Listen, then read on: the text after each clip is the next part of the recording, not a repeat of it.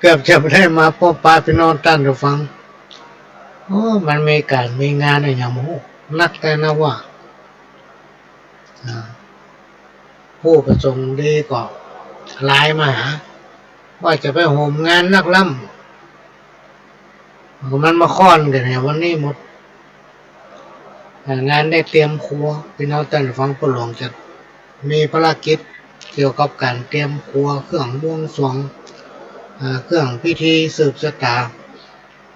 เครื่องพิธีศิลาฤกษ์เครื่องพิธียกเสาเอกเสาโทรวมไปถึงเครื่องเจตาตลอดการพรรษานี่ทางเหนือนี่เพิ่นถือเพิ่นมาทำบุญกัน ทำแต่มีพิธีทำบุญบ้านใหม่อย่างนี้มีพอออกพรรษาพี่น้องท่านผู้ฟังปุ๊บบ้านแปลงเฮือนนักแท้นักว่า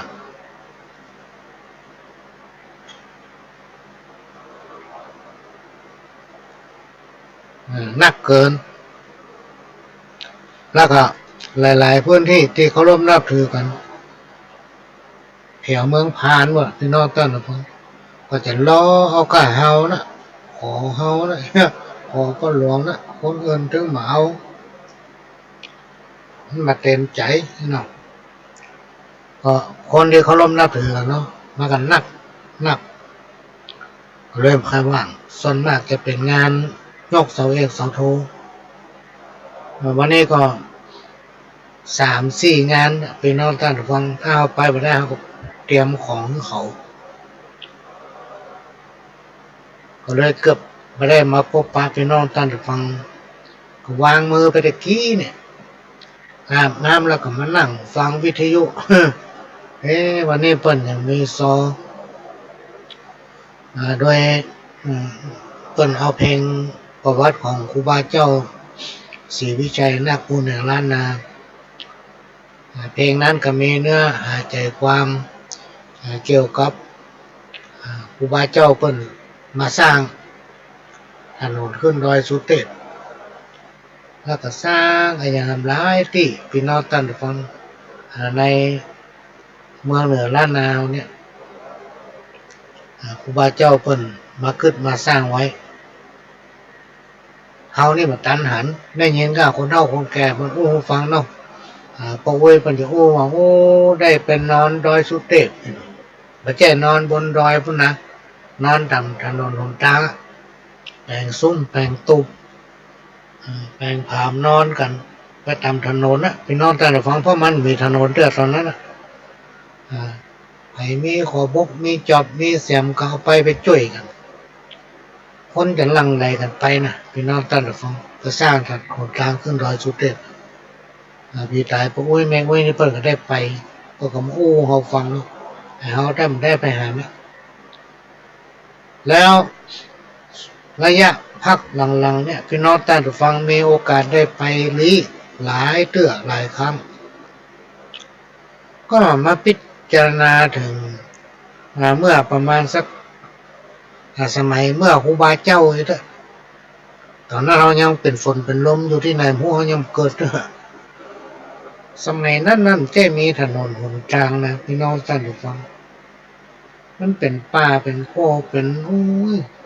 ต้องข้ามดอยข้ามภูผาหลายลูกหลายจันดอยหลายม่อนมาถึงจะมาพดมาเอาก็ขนาดว่าเขานั่งรถไปเนี่ยรถส่วนตัวมันต้องจอดไหนใช้เวลาเป็น 2-3 ชั่วโมงแล้วก็ครูบาเจ้าเปิ้นเดินไปทั่วเป็นน้องท่านทุกคนคู่จังหวัดในภาคเหนือเนี่ยที่ไหนเปิ้นก็ได้ไปหมดโดยที่บ่มีถนนหนทางก็ถือว่าเปิ้นเป็นผู้ที่เป็นพระสุปฏิปันโนพี่น้องท่านฟังเป็นผู้ที่องค์ที่มามีบารมีสูงสุดขนาดว่าจะทำอย่างสร้างอย่างกึศอย่างเพียงแต่เปิ้นออกปากคำเดียวนั้นได้ละสำเร็จละอันนี้เพลงตะกี้เนี่ยเปิ้นอู้ถึงสิ่งนี้ประวัติคุณงามความดีในบารมี ของพระครูบาเจ้าศรีวิชัยที่เป็นได้สร้างได้ทำไว้ก็ประทับใจพี่น้องท่านผู้ฟังเวลาเขาม่วนใจมาเนี่ยเอาไปไหว้ที่ลานครูบานะแม้กระทั่งว่าซื้อรถ เขาบอกพระหลวงซื้อรถเอาไปมัดมือแล้วยังเขาเหมือนเขาไปวัดไหนก็ไปเนาะถามมันไปมัดมือวัดไหนถามวัดไหนก็มันก็บอกไป แล้วมาถามเขาว่าเอาไปแล้วหรอเอาไปหอกครูบาบ้านมัดมือแล้วก็เจิมมือเนาะครูบาไหนเนาะเขาถามนะก็ครูบาเจ้าศรีวิชัยบอกกับที่ร้านครูบาบอกโอ้ยไหนเนาะเอารถไปจอดหน้าฮะก็ไปตั้งจิตอธิษฐานแล้วก็ถูกไปปักแล้วก็ขอเอาคำเปลวให้มาติดหน้ารถของครูบามาเจอเมื่อนักอ่ะให้หัวก็ดีมาตลอดถึงวันเนี้ยไปนอนกันหรือเปล่าบอกไปริมไปต่ำบอกไปจนไผ่แล้วเอาไปที่ฐานอะไรอย่างมันก็สำเร็จหมดที่ลานครูบานะลองไปพอเนอะบางทีแต่ก่อนมันเงียบเนาะประเด็นนี้มันไม่ค่อยเงียบหรอกมีเสียงนั่นเสียงนี่มีการโฆษณาอย่างอะไรอย่างมันก็ดีอย่างหนึ่งเป็นการทำเมื่อคนที่บ่เคยหู้จะได้หู้นะแต่เอาหันไว้มันมาแค่เงียบเหมือนก่อนละหลายๆปีพี่น้องท่านผู้ฟังอันนี้เขาพูดถึงว่าในล้านนาเมืองเหนือเขาจังหวัดเชียงใหม่เขาเนี่ยลานครูบาเจ้าศรีวิชัยเนี่ยเวลาไปมาก็ต้องไปนมัสการกราบไหว้ได้บุญปรมีนักบุญแห่งล้านนาไทยเขาแล้วก็ลองก็ไปหลายที่นะที่เป็นที่คนตั้งหลายไปสักการะบูชามันมีความเคารพนับถือกันไปหลายที่บอกว่าจะเป็นเชียงรายบอกว่าจะเป็น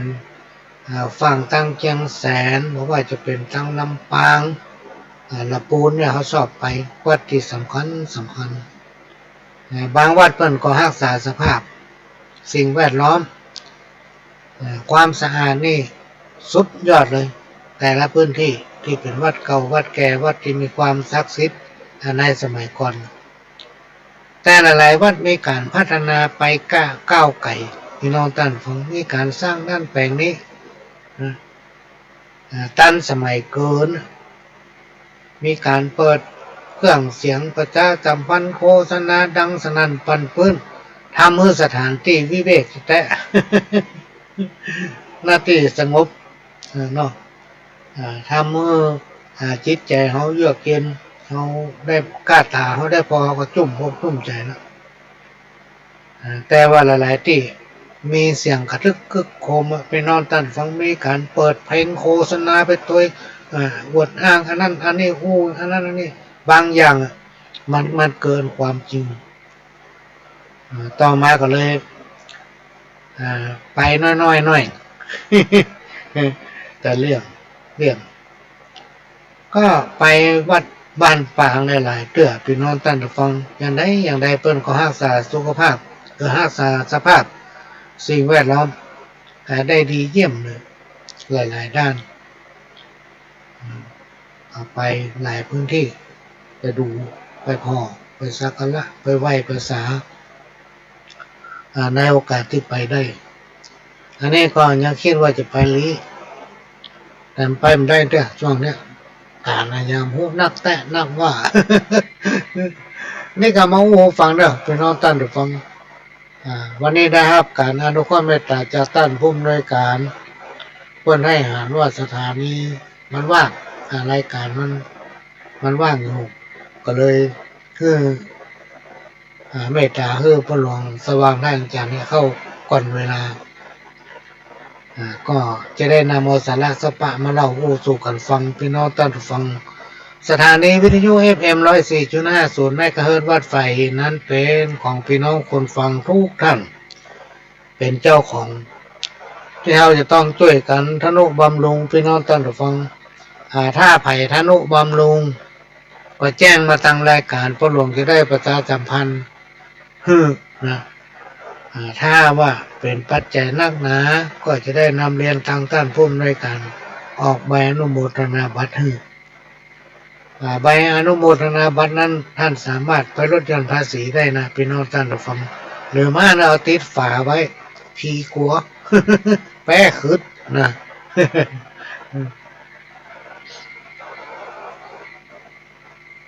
ดอกพรรษา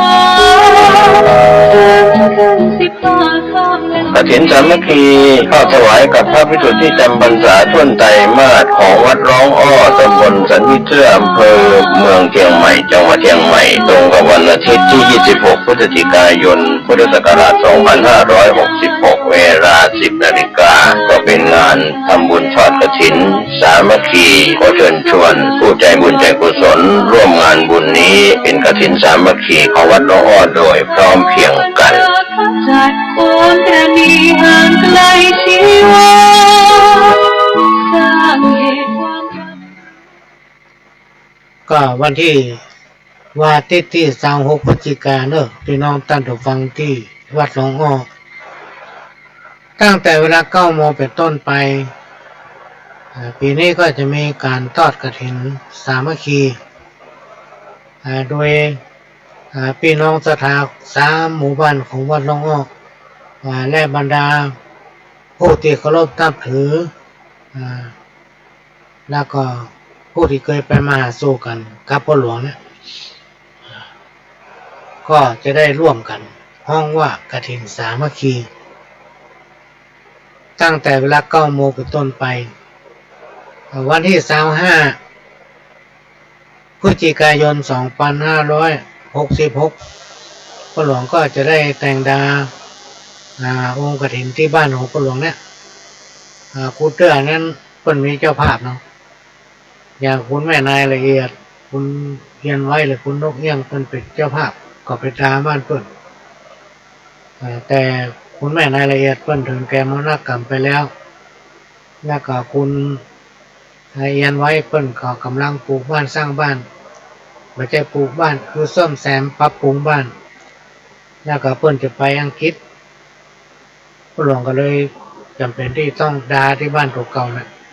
แล้วตอนค่ำของวันที่25ถึงจะยกไปที่วัดก็ต้องขอแจ้งว่าในวันที่25นั้นนะพี่น้องท่านผู้ฟังมันมีภารกิจอันหนึ่งมีภารกิจอยู่อันหนึ่งเป็นผู้ที่เคารพนับถือกันช่วยเหลือกันมาเหมือนพี่น้องท่านผู้ฟังเพิ่นก็ขอเพราะว่าพอดีไปหาวันได้วันนั้นแล้วผมก็ได้อยู่โดยวันนั้นแล้วคนงานเขาผมได้แยกการคนงานเป็น20 กว่าคนพี่น้องท่านผู้ฟังไม่ได้แยกการทำงานเนื่องจากบ้านกูหลังกับแปลงแล้วก็ขายไปหมดเลย เป็นแปลงบ้านขายเป็นอาจารย์นี่แหละอยู่ลำพูนขอมาสักชั่วโมงมาได้ว่าเพราะฉะนั้นในวันที่25 พฤศจิกายนนั้นพ่อหลวงจะแต่งดาองค์กฐินที่บ้านเนี่ยแต่ก็คงจะได้แวบไปลำพูนน่าจะตำบลมะเขือแจ้เนี่ยเขตจังหวัดลำพูนก็จะใช้เวลาประมาณสัก2 ชั่วโมงจะปิกมาถึงบ้านนี่ก็ประมาณสัก10 โมงพี่น้องท่านผู้ฟังเพราะฉะนั้นก็ขอแจ้งท่านผู้ฟังไผ่ที่มาบ้านพ่อหลวงที่แจ้งมาว่าจะมาบ้านพ่อหลวงสว่างมาร่วมด้วยกันจะมาร่วมอนุโมทนาบุญในการทำบุญทอดกฐินสามัคคีช่วงเช้าตั้งแต่8 โมงถึง10 โมงนี่พ่อหลวงไปอยู่จะไปตำบลมะเขือแจ้ลำพูนเสร็จแล้วอาจารย์พวกก็โตยมาที่บ้านพ่อหลวงนะมาร่วมด้วยกันที่บ้านพ่อหลวงนะก็แสดงว่าวันที่25นั้นเวลา10 โมงเป็นต้นไปจะอยู่บ้านไปถึงค่ำพอตอนค่ำประมาณสัก5 โมงก็จะนำต้นกฐินที่บ้านของพ่อหลวงนี่ไปที่วัดเนอะแล้ววันที่26นี่ผมต้องมาบ้านไปหาที่วัด อยู่วัดพวกนะวันที่25คณะศรัทธาอุบาสกอุบาสิกาโปรแกรมวัดอาจารย์กลุ่มแม่บ้านรวมมาถึงครอบครัวพ่อหลวงนี่ก็ถ้าจะมีวัดต้นวัดเราพ่อหลวงจะไปลำปูนจะปิ้งมาถึงที่บ้านใน10 โมงเพราะนั้นไผที่จะมาบ้านพ่อหลวงนี่ก็มาหลัง10 โมงก็มากินข้าวตอนด้วยกันที่บ้านของพ่อหลวงได้อันนี้ก็แจ้งให้รู้เนาะก็จะแนะนำปัจจัยรายได้จากการทอดกฐินนะพี่น้องท่านผู้ฟังเปลี่ยนไฟในโบสถ์ทั้งหมดนะหรืออันเก่าออกเอาอันใหม่เขาจะใส่เพราะเขาหันไฟไหม้โบกิติ ก็มาเป็นห่วงเพราะมันใจมาเมินนะพี่น้องท่านผู้ฟังรวมไปถึงหอฉันและทีนี้พระพุทธรูปปางชนะมารที่เขาหล่อขึ้นมาซึ่งเป็นองค์จำลองจากพระประธานในวิหารอัญเชิญประดิษฐานที่หอระฆังมีคนมากราบไหว้นักพี่น้องท่านผู้ฟังหลายคนมาบอกเขาว่าศักดิ์สิทธิ์นะองค์นี้นายศักดิ์สิทธิ์อย่างใดนะเขาก็หมูก็มาหันว่าสมควรที่ต้องปิดทองนะก็เลยตั้งใจว่าจะนำปัจจัยนั้นได้จากการทอดกฐินสามัคคีครั้งนี้ปิดทองพระพุทธรูปปางชนะมารที่ประดิษฐานอยู่ที่หอระฆังแล้วก็เปลี่ยนระบบไฟใช้อันใหม่หมดเนาะติดตั้งกล้องวงจรปิดซึ่งทางวัดก็มีความจำเป็นที่ต้องติดพี่น้องท่านทุกคนพร้อมกันนี้ที่หน้าพระพุทธรูปปางชนะมารก็ลองไปวัดสองเจ้าแล้วได้ไปหันทางวัดเปิ้นแปลงสระน้ำพี่น้องท่านทุกคนสระน้ำตั้งกลางมันจะเป็นแท่นเนาะประดิษฐานพุทธรูปด้านรอบๆฐานมันจะมีบาทตั้งอยู่บาทแกนนึงก็จะเขียนว่าสืบชะตาบาทอันนึงก็เขียนว่าสะเดาะเคราะห์ลดเคราะห์นะบาทนึงก็จะเขียนมันมีบาทอยู่หลายใบนะพี่น้องท่านฟังลอยอยู่ในน้ำท่านใดที่มีความสนใจก็เอาสตางค์เหรียญบาทเป็นใบก็มีหันนะก็ลงไปหันตั้งจิตอธิษฐานแล้วโยนเข้าในบาตรที่มันลอยน้ำวนอยู่นั่นนะก็รู้สึกประทับใจในการคิดและก็ทำอันนี้ก็เป็นสิ่งที่วัดหลวงพ่อทำขึ้นเพื่อจะต้อนรับประเพณีวันเดือนยี่เพ็ญรวมไปถึงการทอดกฐินสามัคคีในวันที่26-27ก็เดือนยี่เพ็ญละแล้วก็ทำงานหนึ่งพี่น้องต้อนรับฟังถ้าโอ้ถึงตามรักแล้วเนี่ย โอ้ถึงตัวพระหลวงเนี่ยเขาโอ้ถึงอายุคนนักเนาะแล้วก็เกษียณมาก็หลายปีทีนี้เรามาดูถึงความเป็นไปได้บทบาทในการพัฒนาเป็นจิตอาสาโดยเฉพาะประธานเครือข่ายของทุนแม่ของแผ่นดินและก็ประธานของทุนแม่ของแผ่นดินตั้งแต่ระดับของอำเภอไปจนถึงจังหวัดและก็ไปจนถึงภาคแล้วก็ไปถึงระดับประเทศที่จริงมันก็มีคนนักนะเป็นน้องต้านเราฟังที่บางคนเพื่อก็ดีนะเขาคนมีความรู้ความสามารถอย่างเพื่อก็พร้อมหมด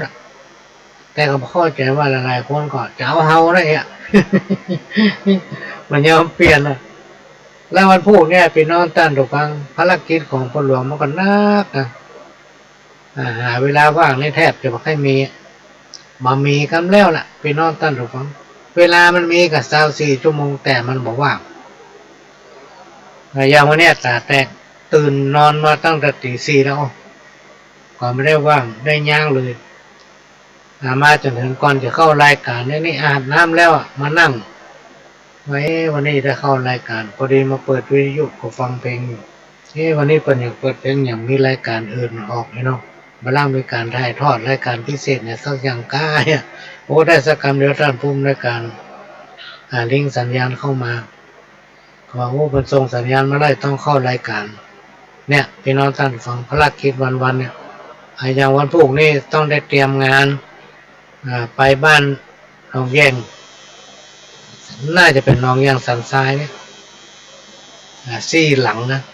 มันไปยกเสาเอกหรือเปล่าแล้วก่อนที่ไปหนองแยงสันทรายเนี่ยก็ต้องเดินทางไปที่บ้านวังตาลพุ่นเขตหางดงก็สอบถามเขาว่าไปทางใดบ้านวังตาลเนี่ยเขาบอกว่าก็ไปทางประแดดก็ได้เนาะไปทางประแดดมันเป็นเขตติดต่อกับทาง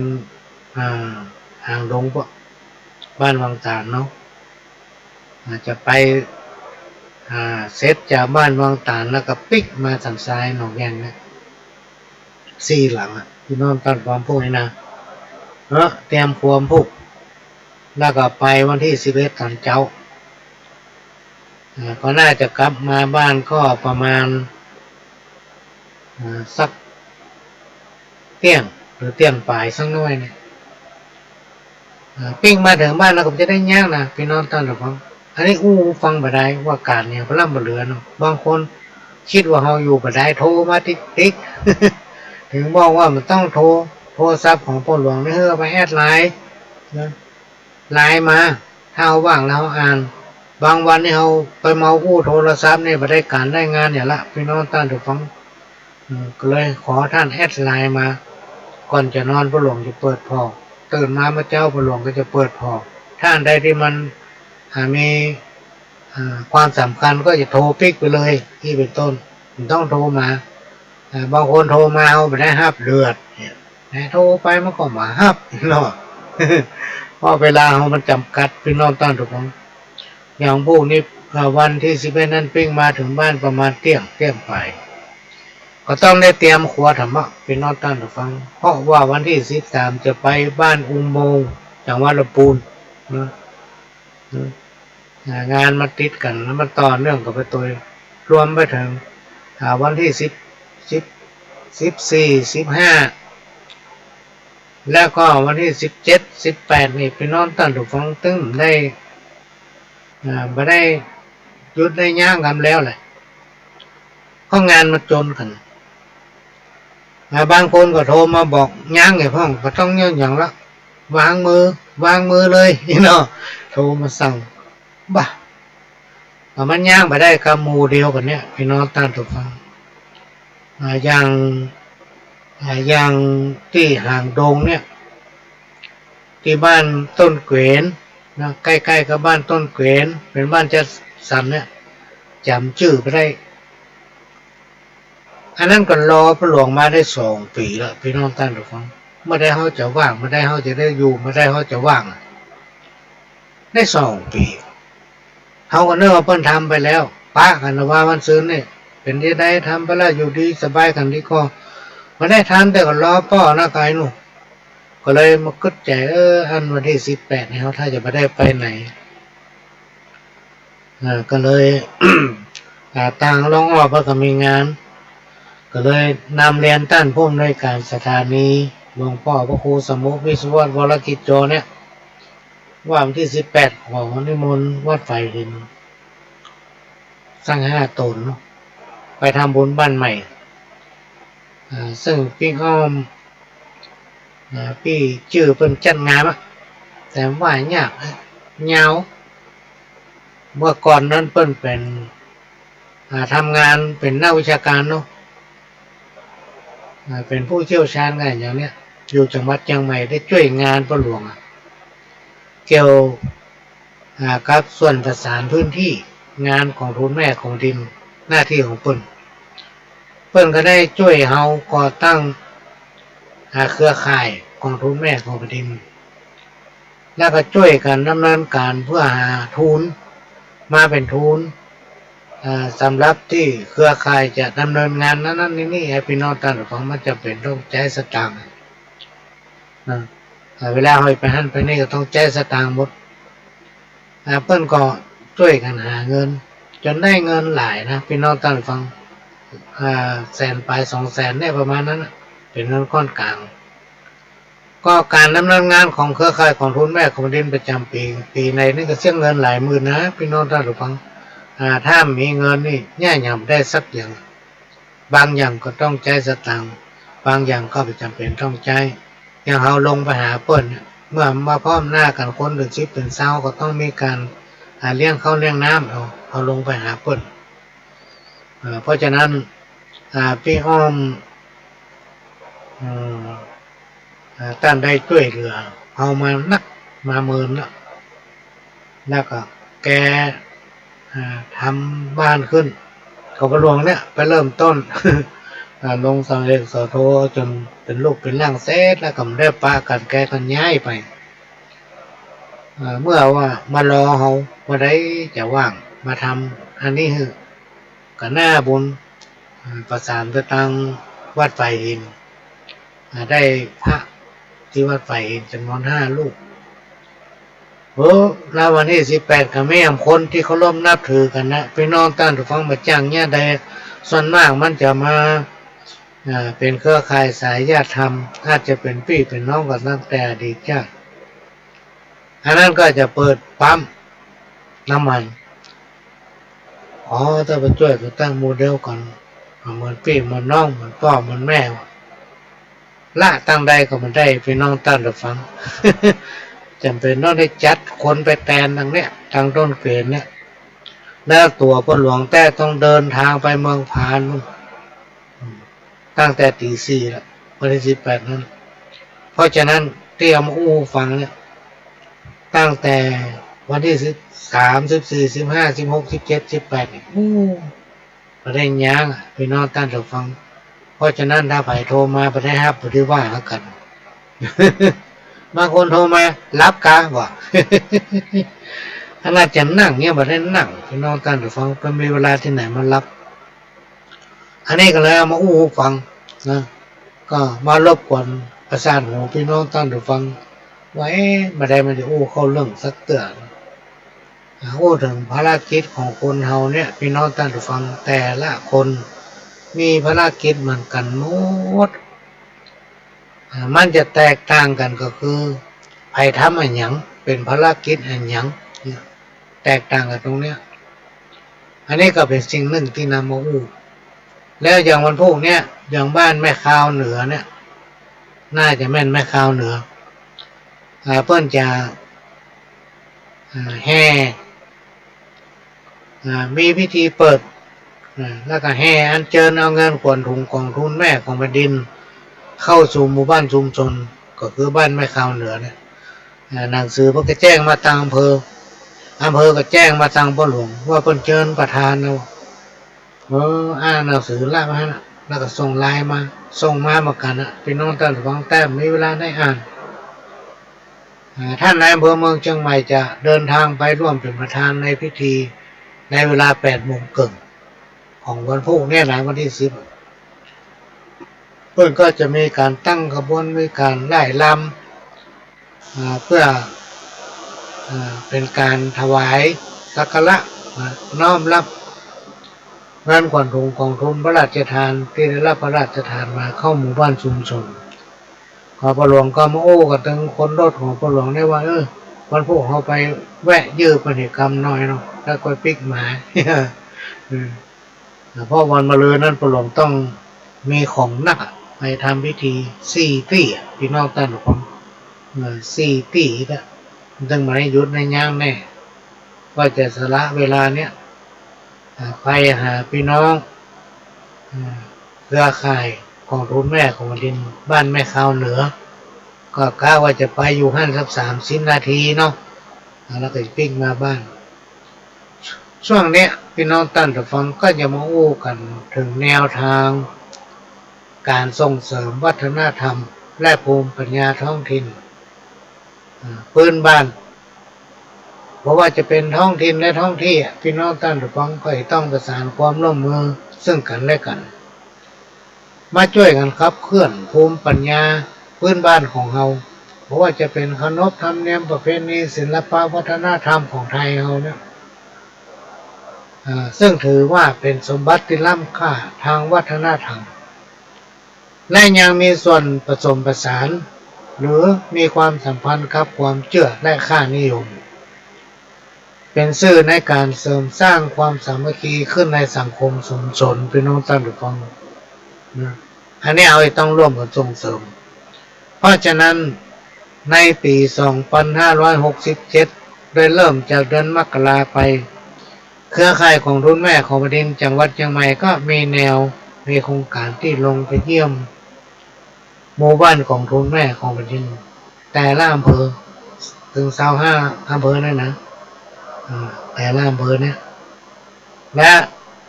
เมื่อเขาไปเยี่ยมมาแล้วพี่น้องท่านผู้ฟังก็จะให้แต่ละอำเภอนั้นมาเสนอบ้านต้นแบบของแต่ละอำเภอประจำปี 2567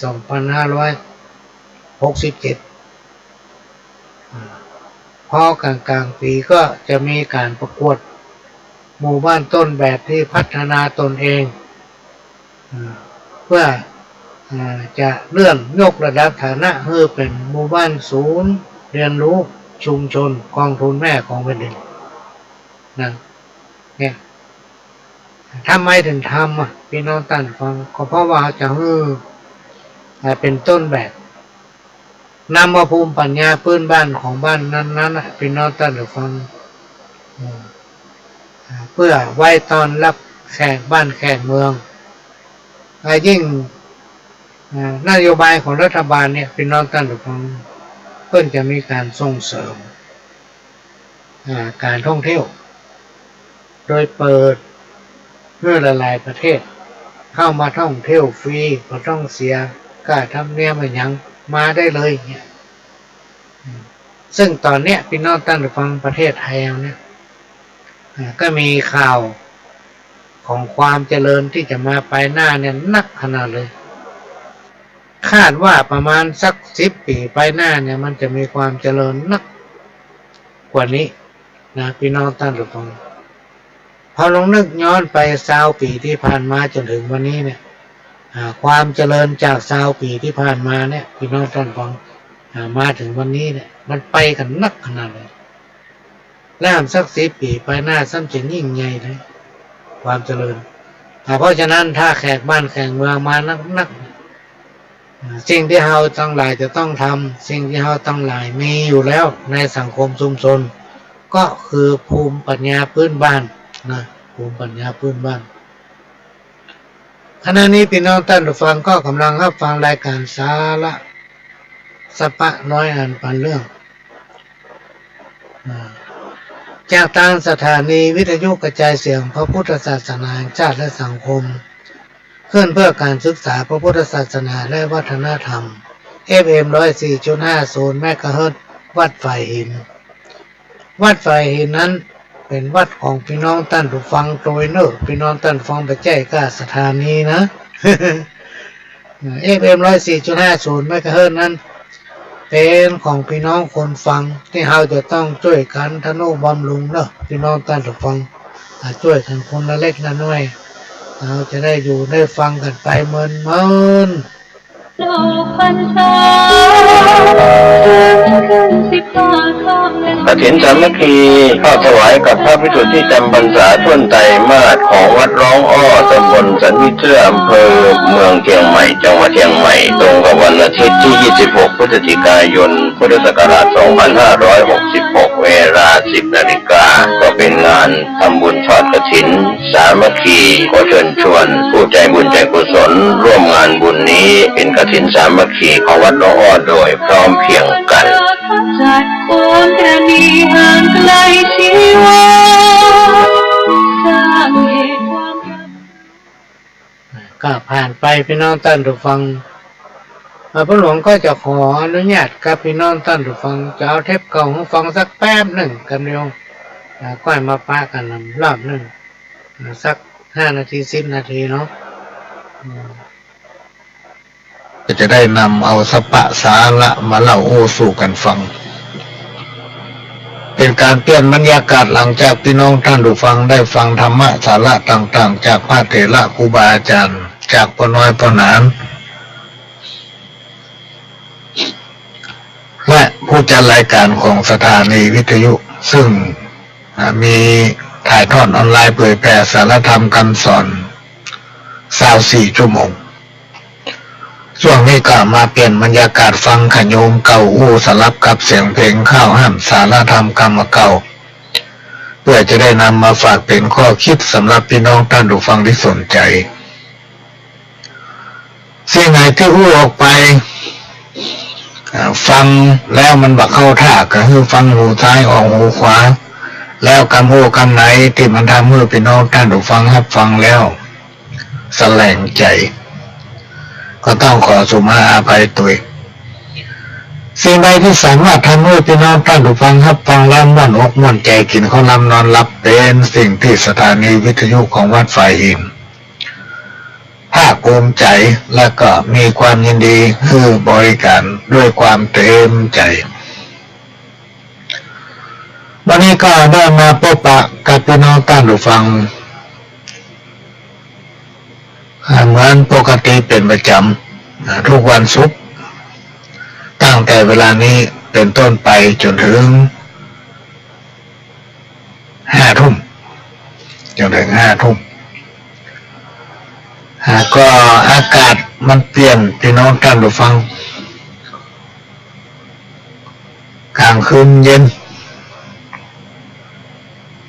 ตอนหลังเที่ยงไปซ้ำเย็นมาเจ้าก็เย็นมาวันร้อนห้อนนำกันเกือบทุกที่เขาจะว่าไปทางเมืองเป้านี่มันข้ามห้วยข้ามดอยไปอากาศถ้าจะดีลมน่าจะเย็นสวยเนาะโอ้ห้อนอย่างเดียวกันเนี่ยที่ไหนก็ห้อนอย่างเดียวกันเนี่ยดังจังดาวก็ห้อนทุกพื้นที่พี่น้องท่านผู้ฟังอากาศมันจะเหมือนกันหมดเมื่อคืนเย็นเมื่อวันห้อนก็รักษาสุขภาพตัวกินอาหารสุกๆดิบๆก็ระมัดระวังเพราะมันเสี่ยงในปัจจุบันกับแต่ก่อนนี่มันต่างกันพี่น้องท่านผู้ฟังสมัยก่อนนี่บางทีเมื่อคืนนี่ยังต่ำมะม่วงกินกันนะต่ำภาษาชาวบ้านบ้านนอกหรอกเมื่อคืนนี่สุ่มมันจะเป็นหมูต่ำมะม่วงฟานมะม่วงโซบมะม่วงแม่นแต่บะโจกเนี่ยพี่น้องท่านผู้ฟังบะโจกนี่มันเรื่องส้มที่สุดก็ยังเอามาลูบมันยำกินกันเมื่อวานเมื่อคืนเมื่อวันแต่มาถึงวันนี้อาหารสิ่งทั้งหลายเรานี่ที่กล่าวมาแล้วมันรู้สึกว่ามันเหมือนเมื่อก่อนพอเรากินเข้าไปกันเร็วรู้สึกว่าใครม่วนท้องหรือว่ามันเกี่ยวกับลมในท้องของเราหรือว่าอากาศมันเป็นพิษมันอย่างไรกันแน่ สังเกตกวยก็ไม่เส้นยากอย่างตำข้องนอกข้องเฮาเนี่ยพี่น้องท่านผู้ฟังสมัยก่อนมันเจอเป็นเพี้ยนหรอกประเดี๋ยวนี้พักกระถินนี่ประจำมีที่หู้กินเพี้ยนมาลุมกินมันหมดแม่นจะพักแคบพี่น้องท่านผู้ฟังใบพักแคบพอเหลือเพี้ยนมากินหมดมันเป็นประจำกาลสมัยเพราะนั้นในช่วงที่อากาศมันเปลี่ยนแปลงก็ต้องระวังสุขภาพของใบของมันอย่างตัวหลวงนี่ก็พยายามรักษาสุขภาพตัวเก่าแต่ว่ามีภารกิจที่ต้องทำก็จะเป็นต้องทำมันเป็นภารกิจก่อนที่จะนำมาสาระสปะมาเล่าสู่กันฟังในวันนี้พี่น้องท่านผู้ฟังต้องขอสุมาภัยและขอขอบพระคุณท่านที่โทรมาเมื่อประมาณ3 นาทีที่ผ่านมาเนี่ยก็ได้โทรมาขอฟังเพลงว่ะ กันเดียวจะเปิดรายการหนึ่งซึ่งเป็นรายการเก่าที่ตัวหลวงดำเนินรายการผ่านมาเมื่อปี2560 ดูเหมือนจะมีเพลงสักน้อยหนึ่งอะไรฮะนะดูฟังเนื่องจากว่าในช่วงระยะเนี้ยพี่น้องตั้งแต่ฟังตื่นมานี่ผู้ดังต่ำหมดเพราะว่าอาการมันเปลี่ยนแล้วสุขภาพก็ไม่ค่อยสมบูรณ์เท่าไรสุขภาพดีนะมันมาเกี่ยวกับกระดูกกับกระดูกข้อแขนอักเสบข้อเสื่อมรวมมาถึงกระดูกคอ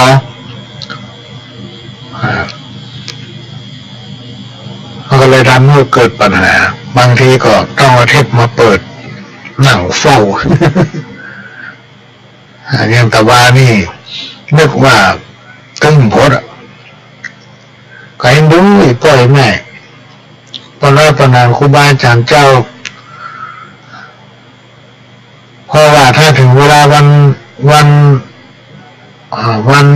จันทร์วันพฤหัสวันศุกร์รายการของพระหลวงจะมี2 ทุ่มครึ่งไปจนถึง5 ทุ่มทุกวันจันทร์วันพฤหัสวันศุกร์แล้วก็วันเสาร์4 โมงถึง6 โมงแมลง2-3 สถานีวันอาทิตย์บ่ายโมงถึงบ่าย3ถ้าถึงเวลาจะฟังรายการนี้พ่อแม่ตอนนั้นพระนาครูบาอาจารย์เจ้าก็แล้วถ้าฟังทำมาสักคำเอาอื่นมาแทนเนี่ยทำให้เสียกำลังใจหน่อยต้องขอสมาภัยด้วยและเพลงนี่ตลอดกับใครกล้ามาเปิดเป็นน้องตันฟังกลัวไปเจอใส่เรื่องเสียเปิ่นก็จะมีปัญหามั้งถ้าท่านขอเพลงเมืองกำเมืองนี่ก็พอจะเสาะหามาเปิดให้ได้อยู่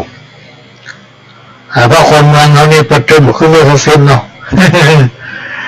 คนเมืองเหมือนกันนะส่งเสริมคนเมืองเหมือนกันนะเนาะแล้วก็มีป้าน้อยคนนึงขอซอมาขอฟังซอของน้องนี่นะไม่ได้ติดต่อกับเปิ้ลนะพี่น้องตั้นฟังแล้วเบอร์โทรมาหายซับเบอร์โทรของจ้างซอบ้านสันทรายวันนี้บรามเบอร์สันทรายเนี่ย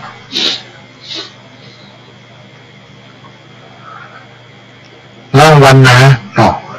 จ้างซอสัมบ้านอะไรอย่างจำไม่ได้ค้นหามีในสมุดมีถ้าใครมีเบอร์โทรหรือว่าอยู่ใกล้หรือว่าคุณ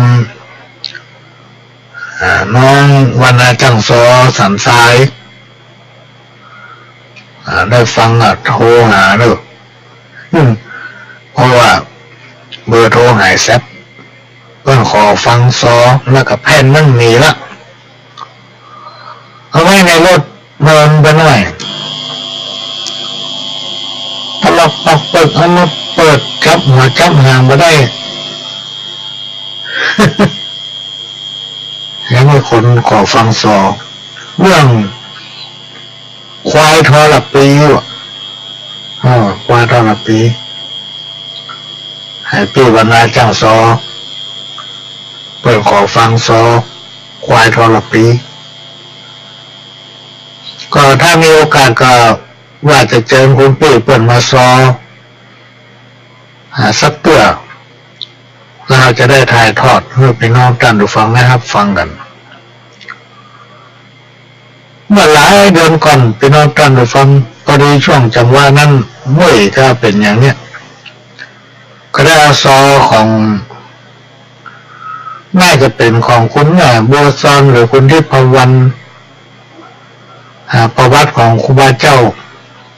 ตึงข่าวปีตึงครูบาเจ้าศรีวิชัยมาเปิดโอ้มีคนโทรมาหามันจะแตะปลงบางคนโอ้เป็นรายการซ้อมละก้าวะก็เป็นเรื่องรายการ100 อันปันเรื่องนี่เอาไปเอามานี่เป็นรายการมีเรื่อง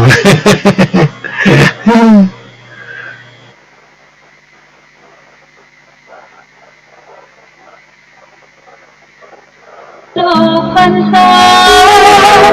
ขึ้น15 ค่ำและ กฐินสามัคคีเข้าถวายกับพระภิกษุที่จำพรรษาต้นไตรมาสของวัดร้องอ้อตำบลสันนิเทื่ออำเภอเมืองเชียงใหม่จังหวัดเชียงใหม่ตรงกับวันอาทิตย์ที่ 26 พฤศจิกายน พุทธศักราช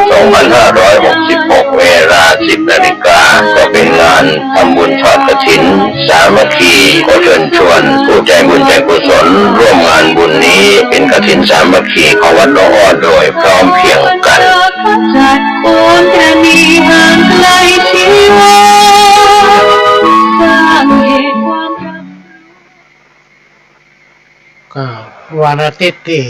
26 พฤศจิกายนเนอะพี่น้องท่านผู้ฟัง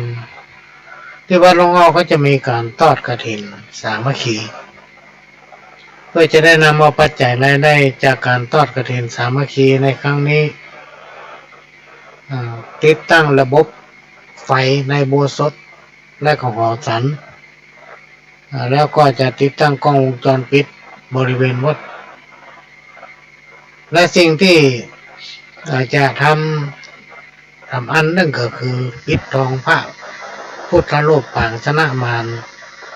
ที่เรารอเป็นองค์จำลองจากพระประธานในวิหารประดิษฐานอยู่ที่หอระฆังก็เจอเนอะพี่น้องท่านผู้ฟังถ้าไผมาไก่มาทางสายใต้นี่ก็ขึ้นรถแม่แต่เมื่อนี้มาลงที่หน้าสารกลางแล้วก็แจ้งพ่อหลวงจะให้คนไปรับเอาตอนปีก็จะให้รอนไปส่งแล้วก็ถ้ามาจากสายทางฝากตะวันออกก็ให้ลูกหลานมาส่งแล้วก็ไปหาพ่อหลวงตอนแรกเนี่ยพ่อหลวงจะให้รอนไปส่งอันนี้ก็แจ้งประชาสัมพันธ์สำหรับท่านที่จะมาร่วมอนุโมทนาบุญในการทอดกฐินสามัคคีของวัดหลวงอ้อและสำหรับการถ่ายทอดเนี่ยทางสถานีเปิ้นวันได้รับการประสานจากเจ้าหน้าที่ของสถานีว่ามันเป็นตรงกับถึงวัดโล่งโมลีก็จะดูคนพี่น้องท่านผู้ฟังถ้าว่ามันสามารถที่ถ่ายทอดได้ก็จะถ่ายทอดเป็นช่วงๆไป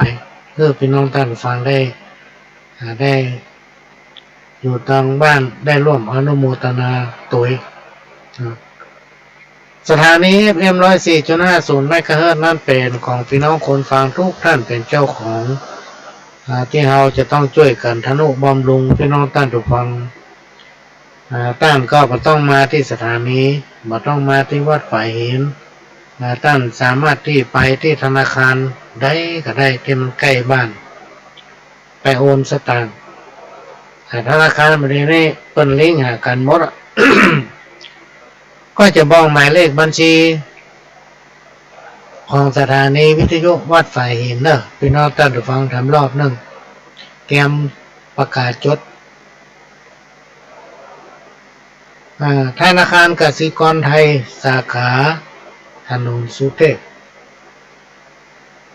หมายเลขบัญชี4712274 927ฟังทำรอบหนึ่ง4712274 ถ้าไปโอนแล้วก็แจ้งมาทางรายการจะได้นำเอารายชื่อของท่านมาประชาสัมพันธ์แล้วก็ถ้าเป็นปัจจัยนักก็จะให้ทางสถานีออกใบอนุโมทนาบัตรให้พี่น้องท่านผู้ฟังเบอร์โทรของพ่อหลวงท่านสามารถนำไปแอดไลน์เอาไปแอดไลน์ถ้าโทรมาเนี่ยมันมาล่ำได้ครับเนื่องจากวันเนี่ยมันมีภารกิจอย่างมุมันเริ่มมีว่างถ้าท่านเอาไปแอดไลน์ท่านส่งไลน์มาตอนกลางคืนก่อนนอนนี่พ่อหลวงจะเปิดไล่พอตอนเช้าก็จะเปิดไล่พอ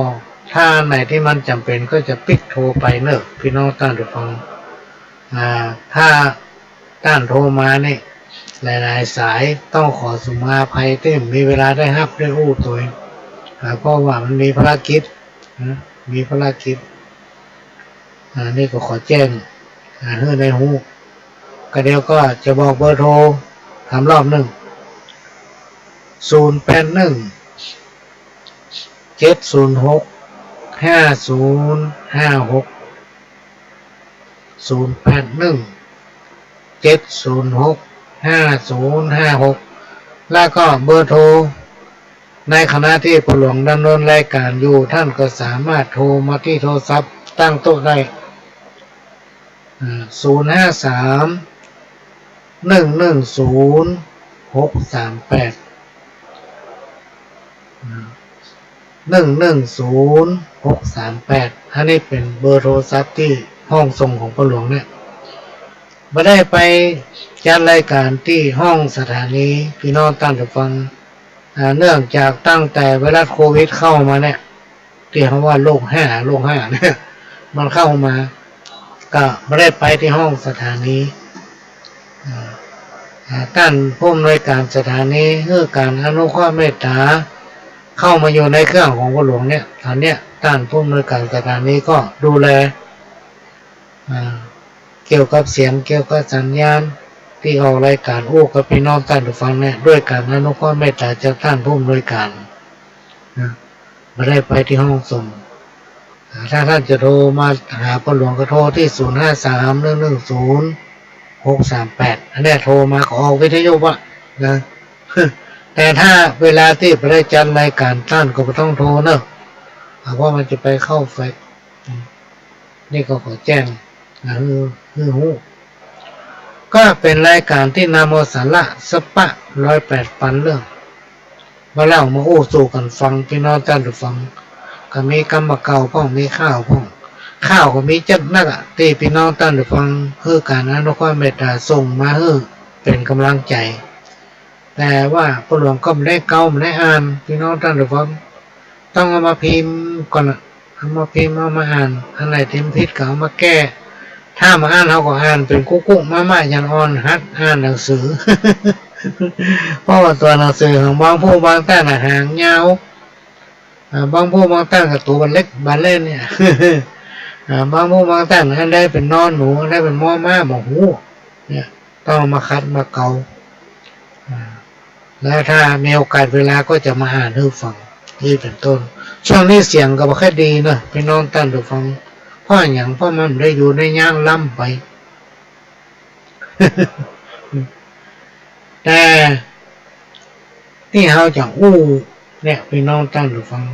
ส่วนนักเป็นส่วนใหญ่จะเน้นนักทางด้านศีลธรรมก็หลวงจะอู้ในถ้าจะอู้เป็นภาษาชาวบ้านก็เป็นธรรมะนอกธรรมะเขาจะเน้นนักตั้งเหี่ยมห้อยประเพณีทางคุณธรรมจริยธรรมเนี่ยซึ่งเป็นหัวใจของพี่น้องชาวพุทธเป็นหัวใจของหมู่เฮาคนฟังทั้งหลายโดยพี่น้องท่านทุกท่านเพราะว่าจริยธรรมคุณธรรมเนี่ยมันทำให้เกิดการดำรงอยู่ได้ด้วยความสงบสุขนะ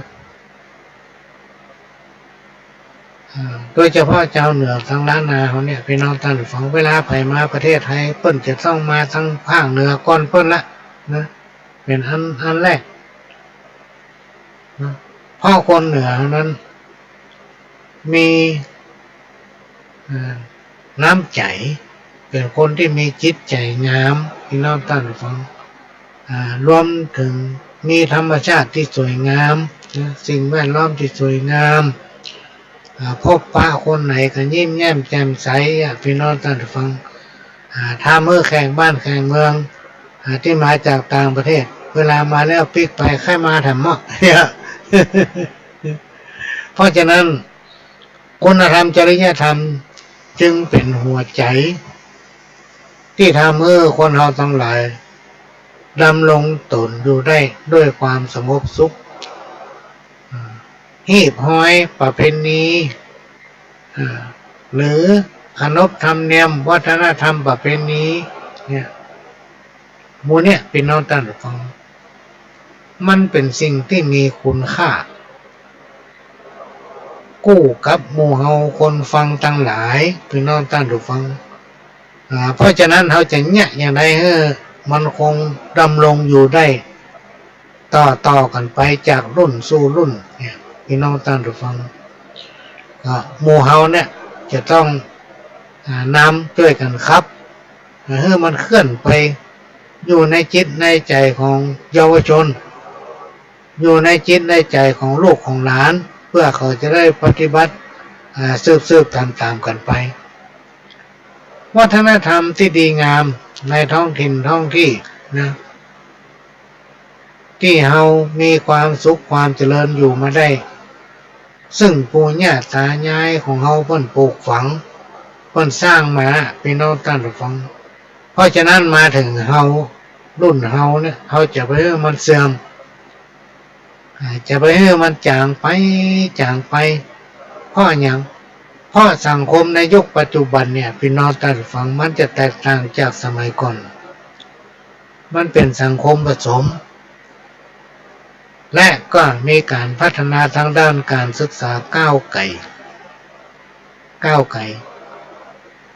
ในยุคปัจจุบันเนี่ยพี่น้องท่านผู้ฟังถ้าเอาจากการศึกษาเนี่ยมาจากการศึกษาเนี่ยมาหั่นกันเนี่ยพี่น้องท่านผู้ฟังไผต่างคนต่างต้องมาลงกันนะมันต้องมาลงกันเพราะแต่ละคนก็มีการศึกษาที่สูงมากันหมดความคิดความอ่านของคนสมัยเดียวกับสมัยก่อนมันก็เหมือนกันพี่น้องท่านผู้ฟังไม่แตกต่างกันนักขนาดเลยเพราะฉะนั้นสิ่งที่จะมาควบคุมจิตใจของคนเฮาเพื่อดีงามอยู่ได้นั้นก็จะมีคุณธรรมจริยธรรมขนบธรรมเนียมวัฒนธรรมประเพณีที่อู้มาเนี่ยพี่น้องท่านผู้ฟังมันเป็นสาเหตุทำให้เกิดความเป็นระเบียบวินัยเบาลัดเอาเปรียบซึ่งกันและกันอยู่ด้วยกันเหมือนพี่เหมือนน้องเพราะฉะนั้นเราจะต้องช่วยกันรณรงค์พี่น้องท่านผู้ฟังช่วยกันรณรงค์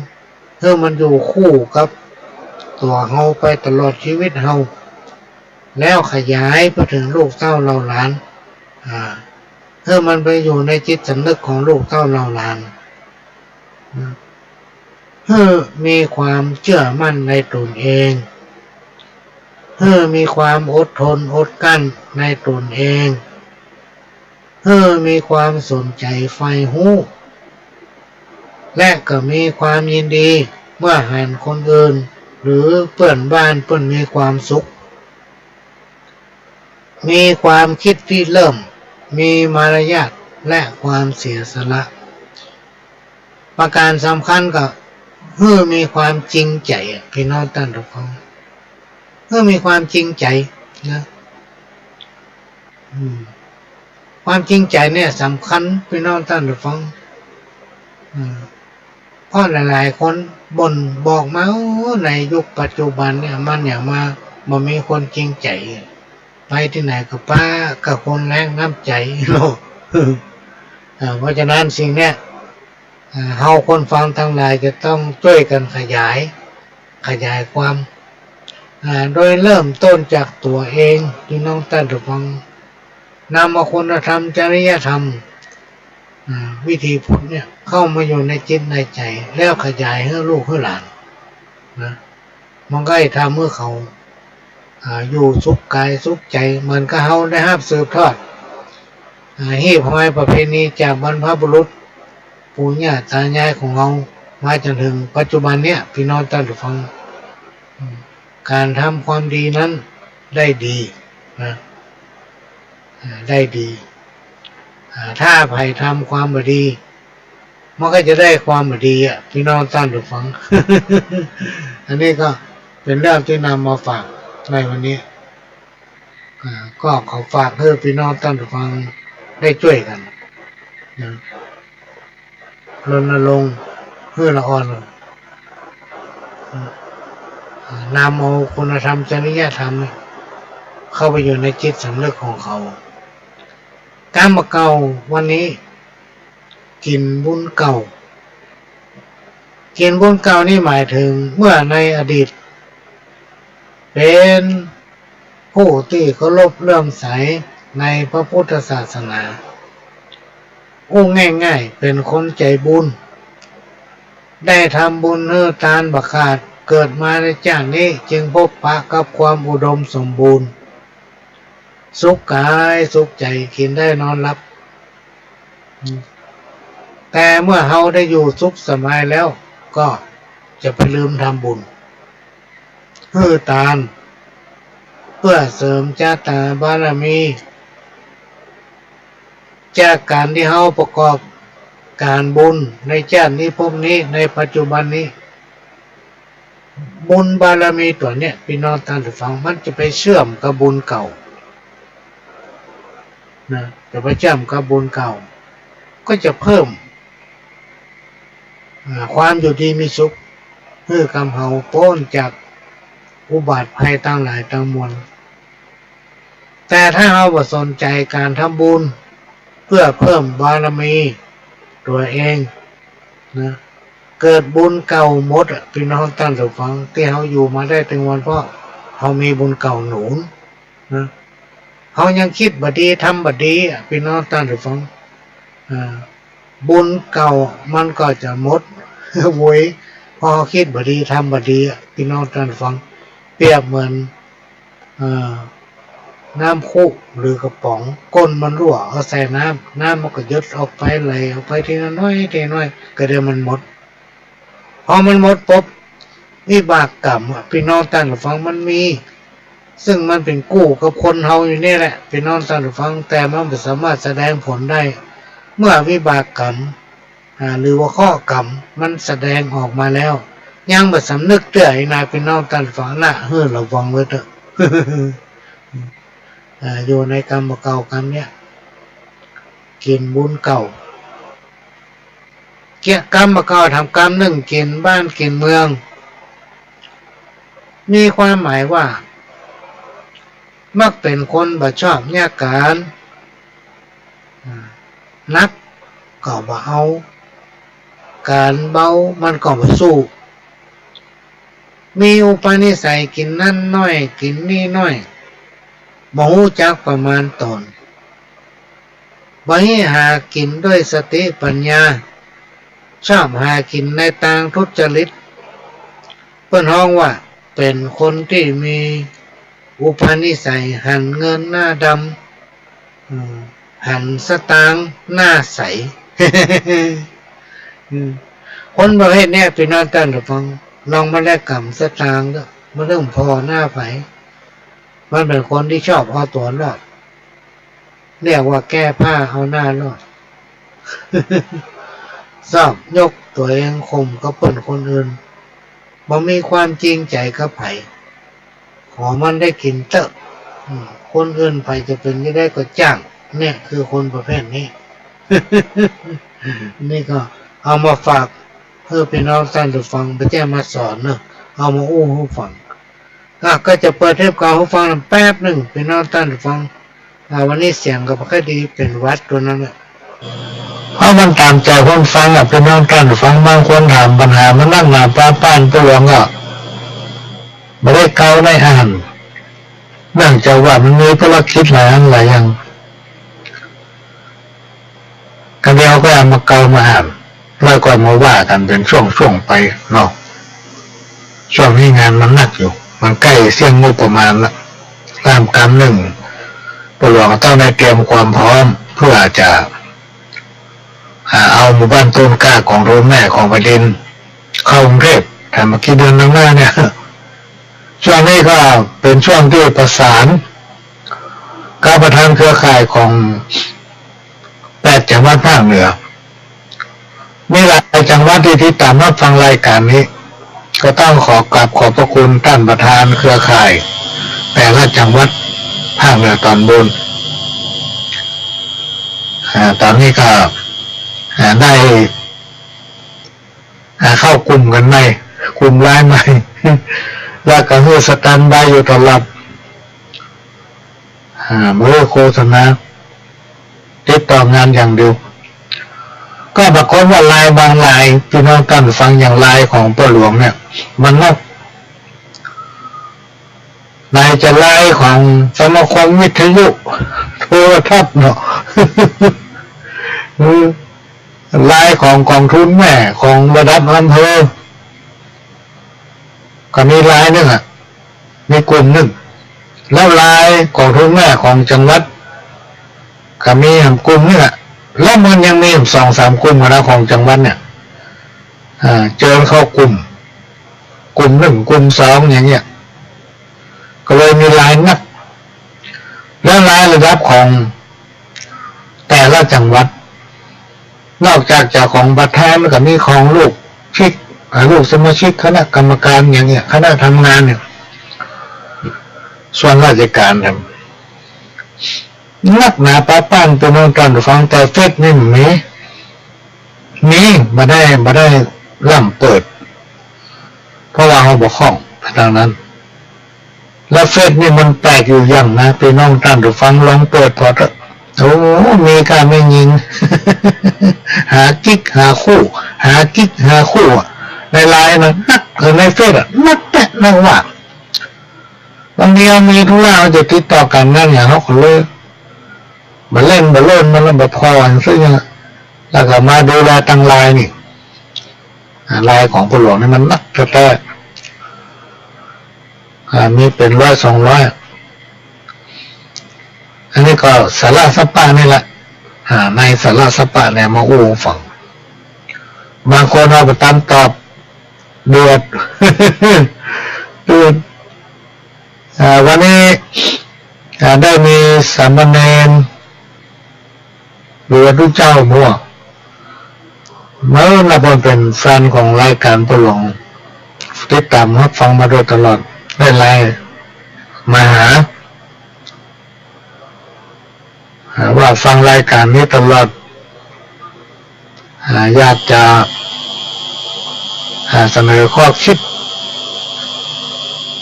ว่าวันสำคัญอย่างในเทศกาลเข้าพรรษาเนี่ยควรจะมีโครงการวนสัญจรไปตามวัดต่างๆเพื่อบันทึกกิจกรรมของวัดต่างๆเนี่ยมารวบรวมแล้วก็เผยแพร่ว่าวันพระวันนี้วัดนั้นทำอย่างนั้นเทศทำวันนี้มีพี่น้องศรัทธาไปวัดท่านได้เพื่อให้กำลังใจคนไปปฏิบัติแล้วก็วัดนั้นก็ถือเป็นการประชาสัมพันธ์ไปดีมากปีหน้าเนี่ยพิจารณาเนาะเพราะว่ากูปีที่ผ่านมานี่ผู้หลวงเป็นผู้ใหญ่บ้านแล้วในตำบลก็มีโครงการวิถีธรรมนำชุมชนก็คือกิจกรรมไหว้สาปามีซึ่งโครงการนี้ผู้หลวงเป็นคนคิดมาตั้งแต่ต้นเมื่อปี2547-48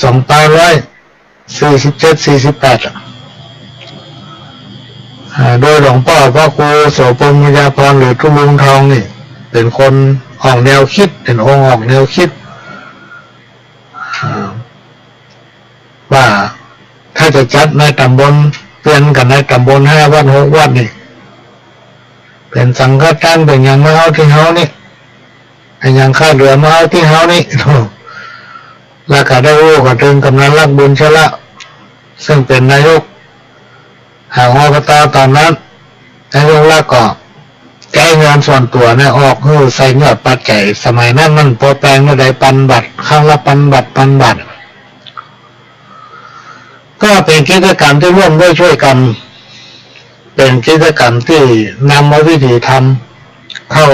หมู่บ้านชุมชนเหมือนกับหมู่บ้านศีล 5นั่นแหละก็ถือว่าเป็นโครงการแรกของจังหวัดเชียงใหม่ของหมู่บ้านตำบลที่จัดขึ้นแต่ว่าแรกก็แต่นั่นก็คือรถด่วนขบวนพิเศษของกรมหนุ่มสาวจังหวัดเชียงใหม่ผู้หลวงก็ไปด้วยเพิ่นแต่ว่าไปได้2 ปีมันบ่ไหวเท่าก้ารถผู้ที่รู้ว่าทำก้ารถ ก็มาฮื้อสักกรรมเนี่ยเฮาเลยติดหนี้การรถกระหอดวันเนี่ยเพราะเพิ่นมาฮื้อเฮา ก็เลยมาจัดในตำบลเพราะนั้นอย่างวัน5วัน10เนี่ยพี่น้องท่านผู้ฟังเขาจะสัญจรจะเวียนไปวันทั้งวันนี้ที่จริงพวกหลวงตั้งใจละแต่มันทำมาได้เพราะเขาเป็นผู้ใหญ่บ้านนายตั้งหลักกระเดียวกระตามหลวงเนี่ยมันมีสปะสเปดวันนี้ไม่ได้อยู่ในยังแล้วสร้างมาเป็นหมู่บ้านของพ่อแม่ของดินมีคนมาศึกษาดูงานเป็นจำนวนนักควายถึงประเทศแต่เดี๋ยวนี้มีตามในเรือประธานเครือข่ายของพ่อแม่ของดินจังหวัดเชียงใหม่และ8จังหวัดภาคเหนือเป็นประธานอำเภอตัวมานี่ก็วนไปช่วยสำนักงานพัฒนาชุมชนของอำเภอเมืองเชียงใหม่พ่อเป็นประธานของอำเภอเมืองเชียงใหม่ตัวไปอบรมฟื้นฟูเพิ่มศักยภาพหมู่บ้านเศรษฐกิจพอเพียงของหมู่บ้านสามัคคีพ่องหมู่บ้านต้นกล้าของรุ่นแม่ของดินพ่องในเขตของอำเภอเมืองเชียงใหม่และในระดับจังหวัดก็ออกพื้นที่ในระดับภาคก็ประสาน อยู่ตลอดเวลาจากวันนี้ก็วันค่ำและทางด้านสุขภาพก็ต้องไปบำบัดด้วย อันใดก็ดีเป็นนะพี่น้องท่านผู้ฟัง เสวียละเดือน30 วันอ่ะ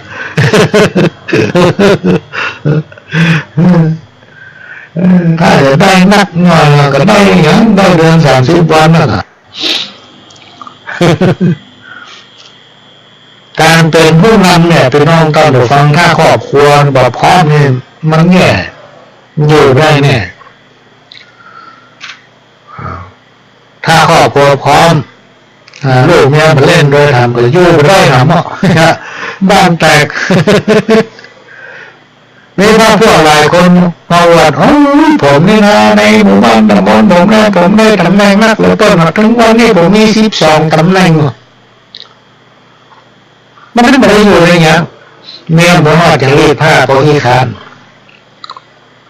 เข้าเมียโป๊กผ้าเนี่ยใช่ไหม ไปเนี่ยการเปิดแล้วปิ้งกินข้าวตัวเจ้าถึงมาเอาอะไรหรอ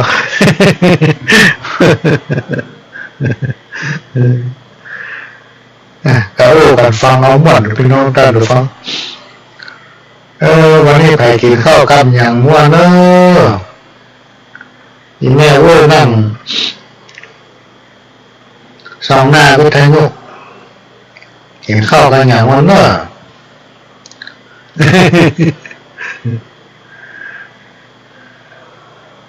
ทุกมาได้เขียนมามีแผ่ตามไฟส่องต้องทุกมาได้นุ่มได้ย่องเปิ้นดูแควหนูนอกเขากินน้ำพริกเขาอาจจะบอกว่าขาหมูโลอีกเลย เขาเจ๊บ้านก็พอ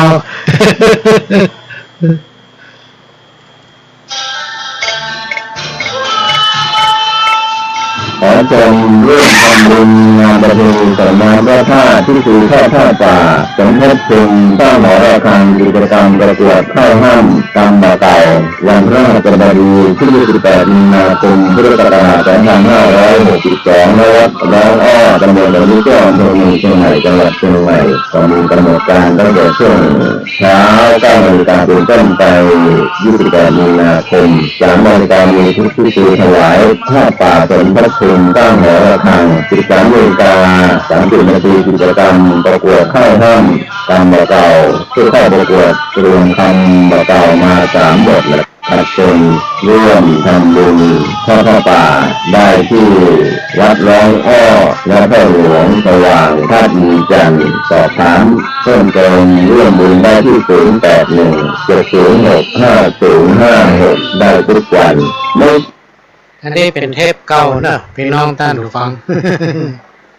ก็เลยโทรมาแยบๆประกวดมาได้ก็ช่วงนี้มันมีการประกวดแต่งดไปก่อนเจ้าภาพเก่ามันก็มีละมรณะไปแล้ว ก็จะมาอู้ถึงการแก้ฝันได้อู้ไปครั้งหนึ่งแต่มีคนโทรมาว่าขออู้ทำรอบเด้อ แก้ฝันโบราณมาเก่าเป็นเล่าสืบตามกันมาจากไม้ก็เลยเอามาหูฟังหูไว้ใจว่าใส่บาแบกหามถ้าฝันว่าเขี้ยวหล่อนนี่นะพี่น้องท่านฟังหรือว่าฟันร่วงเขี้ยวหล่อนเขี้ยวรุดเขี้ยวขอนหลายๆคนก็แก้ฝันว่าจะประสบเคราะห์หรือญาติไม่เพื่อนฝูงคนในครอบครัวจะเป็นนั่นนี่ถึงไม่จะไข้ว่าไปหรือว่าจะมีคนที่ใกล้ตัวเราเจ็บป่วยครูบาอาจารย์ท่านผู้ท่านได้กล่าวว่าเป็นความฝันที่จะพ้นข้อหมดทุกข์หมดโศก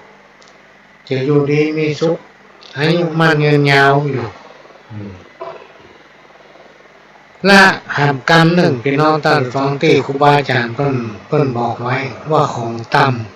ำเพราะว่าจะเป็นเตียวรองเท้าไม้กวาด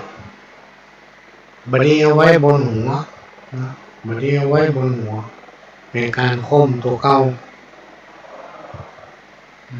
โบราณก็ถือแล้วก็ทำอันหนึ่งก็คือบางผู้บางท่านแต่สมัยยุคปัจจุบันน่าจะมีละสมัยก่อนมีอยู่เสื้อผ้าตัวใดที่มันดีๆมันนุ่มมันม่วนเวลามันพุดมันขาดชอบจะเอาผ้านั่นผ้านี่มาปะมันนุ่มม่วนเพิ่นบอกว่าบดีเอาติวกางเกงมาปะเสื้อบดีอันนี้เป็นการที่คนเฒ่าคนแก่เพิ่นอู้ไว้มันให้หาเงินเนี่ยจะไปเอาเตียวมาปะเสื้อบดีให้หาเงินเนี่ยกรรมหับกรรมหนึ่งพี่น้องแต่ละฟังเอาเสื้อตัวหนึ่งแล้วมาปะทำตัวหนึ่งเสื้อมาพูดนี่นะเปิ้นก็ว่าบดีทำที่หาแก้วใบเงินคำได้มามันไปอยู่แล้วก็กรรมผ่านกรรมหนึ่งคือฝันว่าขึ้นรถขึ้นเรือได้นั่งรถถีบได้นั่งรถเครื่องไปหั่นไปนี่นะพี่น้องท่านผู้ฟังในช่วงนั้นจะต้องได้มีเกณฑ์ในการเดินทางไปหั่นไปนี่เนาะ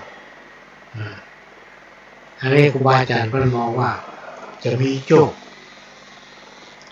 จะมีโชคแล้วสิ่งที่คนเฮาปฏิธรรมเนี่ยเวลามีการเป็นการตายเกิดขึ้นเนี่ยพี่น้องท่านฟังต้องไปหาครูบาอาจารย์ไปหาพ่ออาจารย์ถามวันหามื้ออาจารย์วันนี้เผาถ้าไผ่ผู้ใดผู้หนึ่งดื้อรั้นบ่เชื่อถือบ่ทำตามที่ห้อยสมัยปู่ย่าตายายปฏิบัติสืบตามกันมาก็คือว่าเผาทุกปีทุกวันที่โบราณห้ามไว้ครอบครัวนั้นจะเดือดร้อนถึงขั้นครับพี่นาชิบหายนี่พี่บอกว่ากล้าบ่ขึ้นอันใดมีดีเสี่ยงก็เสี่ยงไปเพราะฉะนั้นเกี่ยวกับงานเป็นงานสายเนี่ยพี่น้องท่านฟังหาครูบาอาจารย์ท่านผู้แล้วทำกรรมหนึ่งการโลภเอาที่ดิน บอกว่าจะเป็นที่สวนที่ให้ที่นาที่บ้านที่นาพี่น้องท่านฟังไปโลกอามาหกเปิ้นเบียดเอาเปิ้นไปกำคืบกำซอกนี่เนาะลากล้อมหัวขยายออกไปเปิ้นว่าบดีบดีจะเป็นมุมอัพกับเกณฑ์ชะตาชีวิตของตนเองรวมมาถึงครอบครัวแทนประการหนึ่ง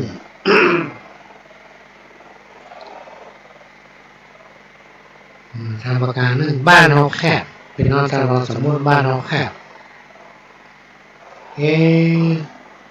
มันแคบจะแยกได้ดีลากขยายบ้านของเขาออกไปกำน้อยนะอันนี้ก็พอดีว่ะพี่น้องท่านผู้ฟังพอดีมันจะแปรตัวเขาที่มากล้าขึ้นนะครูบาอาจารย์เพิ่นยังบอกว่าจารีตเหตุหอยใดที่เป็นประเพณีที่ปู่ย่าตายายของเฮาเพิ่นเคยปฏิบัติสืบตามกันมาพอมาถึงลูกถึงหลานบัดทำตามเปิ้นละทิ้งบัดทำตามหีบเก่าไว้เดิมครูบาอาจารย์เพิ่นกล่าวว่าจักหาความเจริญมาได้เลขามาโอ้ฟังเนาะ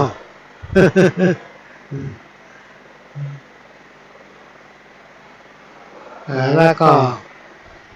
กรรมทำกรรมนึงพี่น้องท่านผู้ฟังที่เป็นแต่งแต้มเขียนไว้เพิ่นบอกว่าใครมั่งใครมีหรือใครเป็นเศรษฐีคือมันกึดมันสร้างจะไปเกียรติค้านเพื่อขยันมันเพียรอย่างที่ทำได้ก็ทำไปมันจะได้เท่าไรอย่างกระจังมันเพื่อมันได้มาได้น้อยนักกระจังมันเพื่อมันในการทำมาหากินอย่างที่สามารถทำเพื่อมันได้สตางค์พี่น้องท่านฟังครูบาอาจารย์บอกให้รีบทำได้น้อยนักจังมันจะไปมัวก็คืดอยู่หันคิดว่าจะร่ำจะรวยอย่างเดียวนะมันไหนมันจะรวยสักเตื้อพ่อเมาก็คิดจะต้องมีความขยันหมั่นเพียรเนี่ยไปทำไปพี่น้องท่านฟังเพื่อมันอยู่ได้แน่ครูบาอาจารย์บอกว่าคนที่ขยันหมั่นเพียรเนี่ยจะอยู่ได้นะฟังเทปเก่าคำอีกครั้งเดียวก็มานั่งกึดไผ่จักแลเหลียวหรือกึดคนเดียวสาวงามบัดเล่นหักเมาลาดน้องซ่อนไว้ในใจกลาง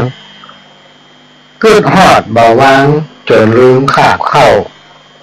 เด็กเดิงกึ่งคืนตามือนอดเจ้ากึดหางามเราเบาเว้นหักเมาเขานี้ก็ปอม่วนหลายป่าตัวหลวงบ่ได้มาตายน้ำตื้นมาตายน้ำตื้น อันนี้เป็นเพราะว่าอันยังก็ควายเท่าลมปุง เคยเท่าลมปุง นกฮูกแปลงห้างที่สร้างสิ่งไม้คนกึดแปลงได้เรือนจานคุ้มเมืองห้างไม้สูงใหญ่โปรการกำกึดคนโบราณต้านแปลงสืบสร้างสูงใหญ่ดีแน่นหนาเรือนห้างมุงหลังคาดินกี่น้อยสู้แดดลมฝนเก่าเมือนบ่อคอยเหมือนรูปน้อยเรือนต่างบังสูงเลยไม่ได้คืบศอกสารกลัวใจเจบานเมื่อหลังปังหน้ากำคืบปล่อยใจพอเฮือนเตอล่าแม่สีมาลากู้คิดคนสมัยตะก่อนนี่พี่น้องท่านดูฟังคนมันจะมีคำคืบมันมีคำคืบนี่เป็นพ่อเอาบ้านเอาจองของแต่ละฝ่ายกับมองหรือจ้องพอพฤติกรรมของกันและกัน โดยที่ยังบอกว่าไปได้เป็นไปก็คือยังไม่ได้จีบไม่ได้รู้กันสักอย่างได้รักพอกันก่อนสมมติว่าเราอยู่ทางบ้านเหนือเอารักพอสาวทางบ้านใต้พอมันมีกี่สาวแต่ละสาวมีพฤติกรรมอย่างใดคนโบราณต้นบอกถ้าจะดูนางดูแม่ให้ดูมาแน่ๆดูถึงวิถึงยายมันบุญแล้วก็พอกันคือว่าเป็นคนคือดีขึ้นให้ว่าเป็นคนขยันมันเพียงหรือว่าเป็นคนขี้ข้านก็ว่ามันกินแล้วยาวๆแล้วกินแล้วยาวๆแล้วกินถ้าไม่ยาวมันรับอยู่น่ะโอ้จะต้องมาแต่งเชื้อคนตะกอนเริ่มจะไปหลงว่านะคนตะกอนเป็นพอแต่คนสมัยปัจจุบันเนี่ยพี่น้องท่านผู้ฟังมันการศึกษามันก้าวไกลละอ่อนมุ่งก็จะเรียนหนังสืออย่างเดียวการบ้านการจ้องไม่ค่อยพอไม่ค่อยเนี่ยการเอาใจก็ง่ายหน่อยการเอาย่างใจมันก็ง่ายเพราะว่าเขาเรียนหนังสือนักลำไปจนมันมีเวลาที่มาเนี่ยการช่วยพ่อช่วยแม่แม่แต่กวาดบ้านกวาดจ้องล้างเวลาจ้องก็ไม่ค่อยมีเวลามาเนี่ยละยิ่งให้จบออกมาเราบอกอย่าเปิ่งเลยให้มันจบมันเกิดได้เปิ่งมันร้องซ้ำไม่ได้เปิ่งหรอกมันเป็นเนี่ยการทำงานต้องมีการขยันด้วยเวลาไปทำงานเนี่ยถ้าบอกขยันก็เลยเพิ่งเช็คว่าไม่ขยันเลื่อนเกิดขึ้นซีเกิดขึ้นข้านเกิดขึ้นแถมนี่ว่ากันไปทางนั้นจะมามีโอกาสนั่งอยู่เข้ากับพ่อกับแม่มีแต่ก่อนนี่พี่น้องท่านผู้ฟังครูบาอาจารย์พ่อแม่ที่เพิ่นจะบอกว่าโอ้การไถ่ไข่เป็นดีเนาะไข่มีงานที่เป็นรักเป็นแรงมั่นคงสบายนั่งอยู่ในห้องเย็นห้องแอร์ปุ่นเป็นเจ้าหน้าที่ธนาคารอยู่โอ้โหพี่น้องท่านฟังเดือดร้อนพอเจ้าหน้าที่พนักงานของธนาคารแต่ละธนาคารไอ้3 โมงเกินหรือว่าปรับเวลามาใหม่6 โมงปิดอีกนะ6 โมงปิดประตูแต่เจ้าหน้าที่พนักงานก็ยังไม่ได้ปิดบ้านเลยนะพี่น้องท่านฟังต้องเคลียร์อยู่นั่นนะบางคนถึง4-5 ทุ่มเลยปิดบ้านมันเจ้าไปละสร้างมาอีกหรืองานอื่นงานนี้เหลือเพิ่มกับคุยเป็นคนสอนอ่อนที่หูอย่างซักอย่างน่ะพี่น้องท่านผู้ฟังอ่านได้แต่คอไก่แต่คอน้องอ่านพอเขียนได้โดยทำสอนตั้งแต่เตรียมอนุบาลนะไปจนถึงม.ต้นม.ปลายคุยเป็นคนที่มีความเสียสละถึงกายถึงใจอุทิศชีวิต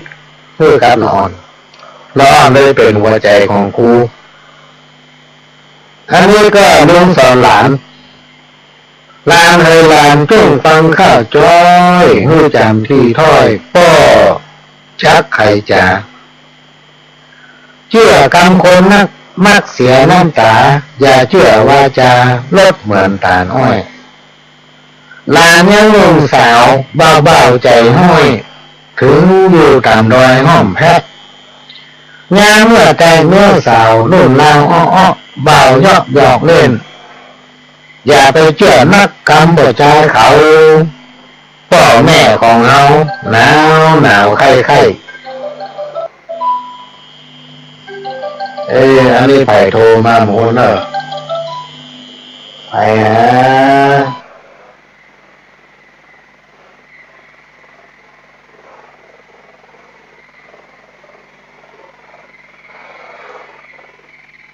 โลกพันษาที่ผ่านทางแล้ว กฐินสามัคคีข้าถวายกับพระภิกษุที่จำพรรษาต้นไตรมาสของวัดร้องอ้อตำบลสันติเทืออำเภอเมืองเชียงใหม่จังหวัดเชียงใหม่ตรงกับวันอาทิตย์ที่ 26 พฤศจิกายน พุทธศักราช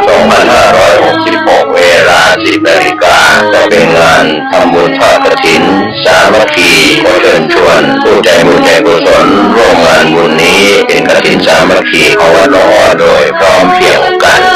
จัดความประณีห่างไกลชีวาสร้างเหตุความรัก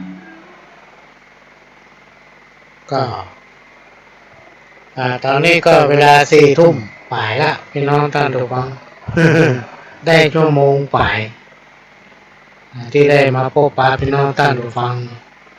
ก็เป็นประจำทุกคืนวันพฤหัสพี่น้องท่านผู้ฟังตั้งแต่เวลา3 ทุ่มถึง5 ทุ่ม2 ชั่วโมงว่าจะมีเป็นบางคืนพฤหัสที่จะเข้ารายการก่อนเวลาถ้าหากเวลาก่อนหน้าพระหลวงเพิ่นจบพระหลวงก็จะเข้าเลยและก็ทุกคืนวันศุกร์4 ทุ่มถึง5 ทุ่มวันเสาร์ตั้งแต่เวลา4 โมงถึง6 โมงแรงวันอาทิตย์บ่ายโมงถึงบ่าย3ทำรอบนึงก็5 โมงถึง6 โมงวันจันทร์พี่น้องท่านผู้ฟัง4 ทุ่มถึง5 ทุ่มแต่ละรายการแต่ละวันเนี่ยแต่ถ้ารายการก่อนหน้าเพิ่นจบหรือว่าเพิ่นไม่ได้มาพระหลวงก็จะเข้าช่วงนั้นตามเวลาที่กล่าวมาแล้วทางสถานีวิทยุ FM 104.50 เมกะเฮิรตซ์วัดไฟอินซึ่งเป็นสถานีของพี่น้องคนฟังทุกท่านเป็นเจ้าของกันก็มาพบปะกันทางสถานีถ้าประจำเป็นก็จะมาขาดก็เป็นสถานีของพี่น้องคนฟังทุกท่านที่เราต้องช่วยกันเนอะพี่น้องท่านผู้ฟังคนละเล็กคนละน้อยก็จะมาพูดถึงเรื่องสาระคนเราทุกคนเนี่ยต้องรู้จักบังคับตนเองถ้าไผปล่อยตนปล่อยตัวเฮ้อไปตามกรรมตามบุญหรือว่าเฮ้อไปตามบุญตามกรรมคนผู้นั้นย่อมจักหาความเจริญมาได้บางอย่างเขาอาจจะทำคนเดียวได้แต่บางอย่างเขาไม่สามารถที่ทำคนเดียวได้อันนี้เป็นคำอู้ของครูบาอาจารย์พี่น้องท่านฟังที่เพิ่น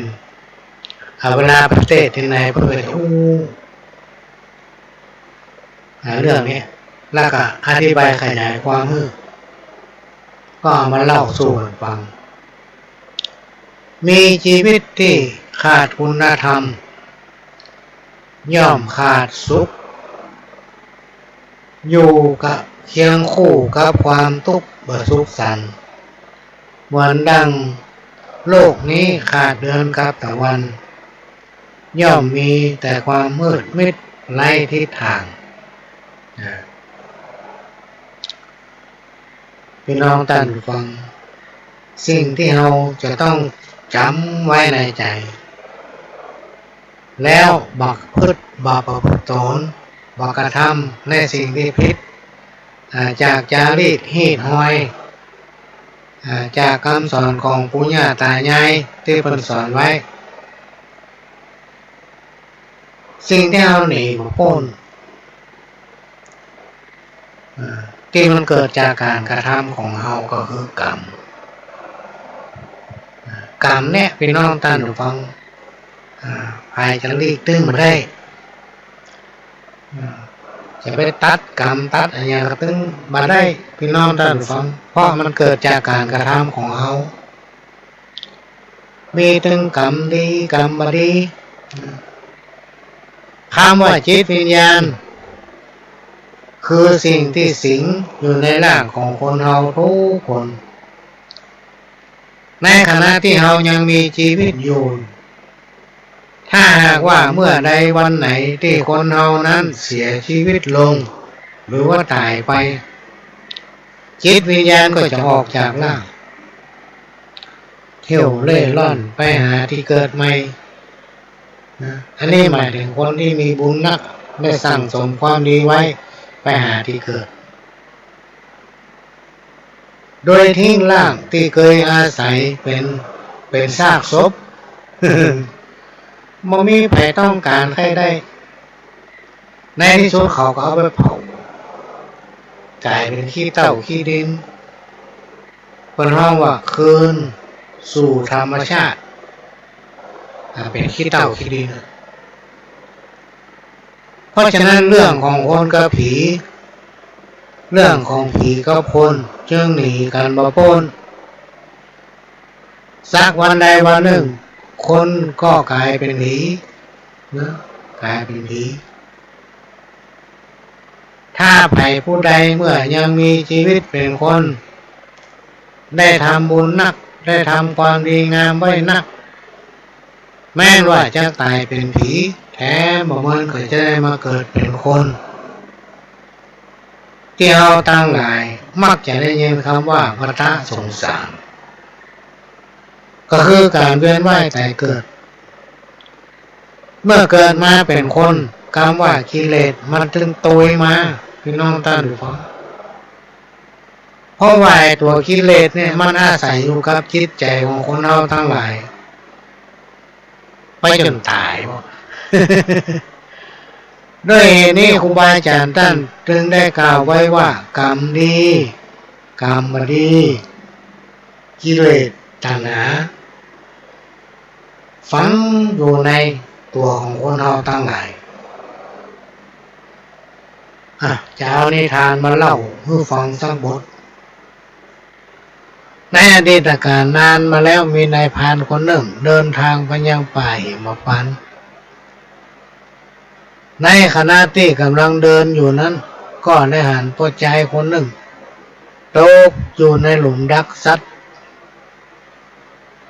บ่สามารถที่ขึ้นมาได้ชายคนนั้นก็ร้องขอให้นายพรานช่วย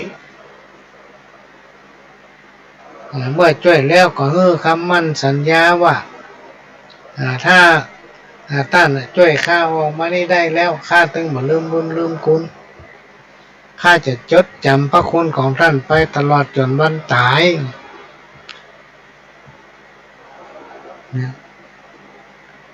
นายพรานก็ได้ดึงเอาชายคนนั้นขึ้นมาเมื่อขึ้นมาแล้วชายคนนั้นก็ได้อู้กับนายพรานว่าข้าเป็นช่างหล่อท้องตีท้องของพญาเจ้าเมืองมีบ้านและโรงงานอยู่ที่หน้าประตูเมืองวันหน้าถ้าท่านมีความประสงค์จะข้าช่วยอย่างกระหือไปหาข้าเถอะยินดีที่จะช่วยเพราะว่าท่านได้ช่วยเหลือชีวิตของข้าในวันนี้จากนั้นนายพรานก็เดินต่อไปในป่าหิมพานต์เดินไปปะเสือตัวหนึ่งตกอยู่ในหลุมติดกับรักที่นายพรานป่าวางไว้เสือหันนายพรานเดินมาก็ร้องอ้อนวอนขอให้นายพรานช่วยถ้าท่านช่วยข้าเป็นอิสระได้ข้าจะบ่ลืมบุญคุณท่านไปจนตายนายพรานก็ได้ช่วยเหลือพ้นจากกับดักอันนั้นเมื่อพ้นแล้วเสือก็อู้ว่า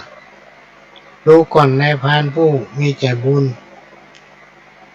เพราะว่าท่านจะอยู่ที่ไหนใกล้หรือไกลเมื่อท่านต้องการความช่วยเหลือจากข้าขอห้องหาข้าเถอะข้าจะไปช่วยเหลือท่านหลังจากนั้นนายพรานก็เดินทางต่อไปแถมได้สักพักหนึ่งก็ได้ไปปะงูตัวหนึ่งตกอยู่ในบ่อบ่สามารถที่ขึ้นมาได้งูก็ได้ห้องขอนายพรานช่วยนายพรานก็ได้ดึงเอางูตัวนั้นออกจากบ่องูก็บอกกับนายพรานว่าเวลาใดถ้าท่านต้องการเจอข้าช่วยก็ขอห้องข้าเถอะข้าจะได้ไปช่วยท่าน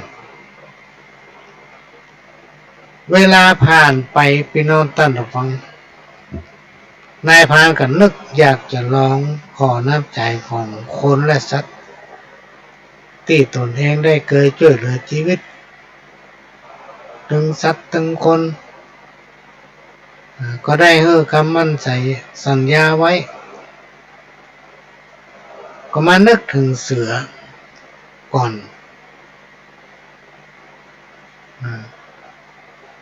เสือมาตกหลุมนายพรานช่วย สือตัวนี้ได้ไปกัดพระโอรสพระราชาจนสิ้นพระชนม์เมื่อผ่านมาหลายวันก็นึกอยากจะลองทดลองว่าเสือจะรักษาคำมั่นสัญญาหรือไม่เมื่อคิดแล้วก็เดินทางเข้าไปในป่าแล้วก็ห้องหาเสือสักคำเดียวเสือก็ออกมาปะพร้อมกับกาบเอาสายสร้อยกำไลจี้หูที่เป็นทองคำมาให้นายพรา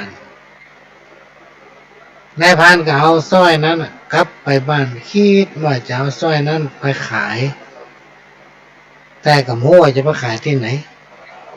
โม่ราคากาสินว่าเพิ่นขายกันยังได้ราคาเท่าใดก็มานึกถึงช่างตีทองที่ตนเองเคยได้ช่วยเหลือชีวิตต่อมานายพรานก็เดินทางไปหาช่างทองที่ปากประตูเมืองแล้วก็เอาสร้อยแขนเอาจี้หูเอาสร้อยคอยื่นให้ช่างตีทองพอเพื่อจะสอบถามราคาพอช่างทองได้หันสร้อยหันแหวนหันจี้หูก็ตะโกนขึ้นเสียงดังลั่นมึงคือคนฆ่าลูกพระราชาว่าพูดจบอู้จบเอิ้นจบนายช่างทองก็สั่งให้ทหารอามาตย์ทั้งหลายรวมไปถึงคนงานของตัวเอง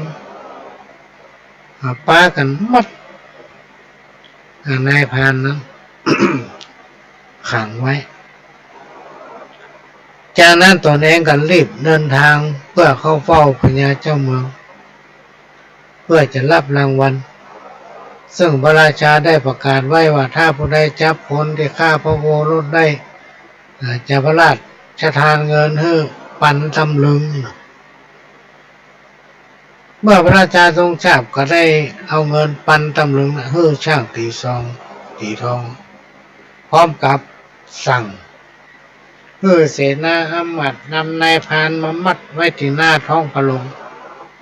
เพื่อจะเตรียมประหารในวันรุ่งเช้านายพรานก็ร้องขอรอการลงอาญาไว้สัก7 วันพระราชาก็ทรงผ่อนผันตามที่นายพรานเสนอขอในตอนกลางคืนตอนดึกนายพรานก็เกิดถึงงูที่ตนเองได้ช่วยเหลือพอเกิดถึงสักกำเดียวพี่น้องท่านฟังงูก็เลยมาหาและก็นำยาตาบอดมาให้ในขณะนั้นมเหสีของพระราชากำลังบรรทมอยู่นั้นงูก็เข้าไปกัดที่พระเนตรของพระมเหสีเมื่อพระเนตรมเหสีบอดพระราชาก็มีรับสั่งให้อามาตย์เสนาตึงโหนตึงหมอหลวงมารักษาอย่างได้ก็หมายก็เลยไปเป่าหาหมอยาเพื่อมารักษาพระมเหสีถ้าใครผู้ใดสามารถรักษาได้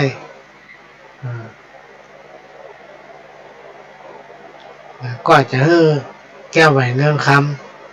ำต่อมาพระราชาจงนึกขึ้นได้ว่านายพรานคนนี้น่าจะเก่งทางด้านสมุนไพรเพราะเขาเป็นนายพรานจึงรับสั่งให้นำนายพรานเข้ามาเฝ้านายพรานก็ถูกนำตัวไปยังที่ประทับของพญาเจ้าเมืองพญาเจ้าเมืองกับปาตัวนายพรานไปที่ประทับของมเหสี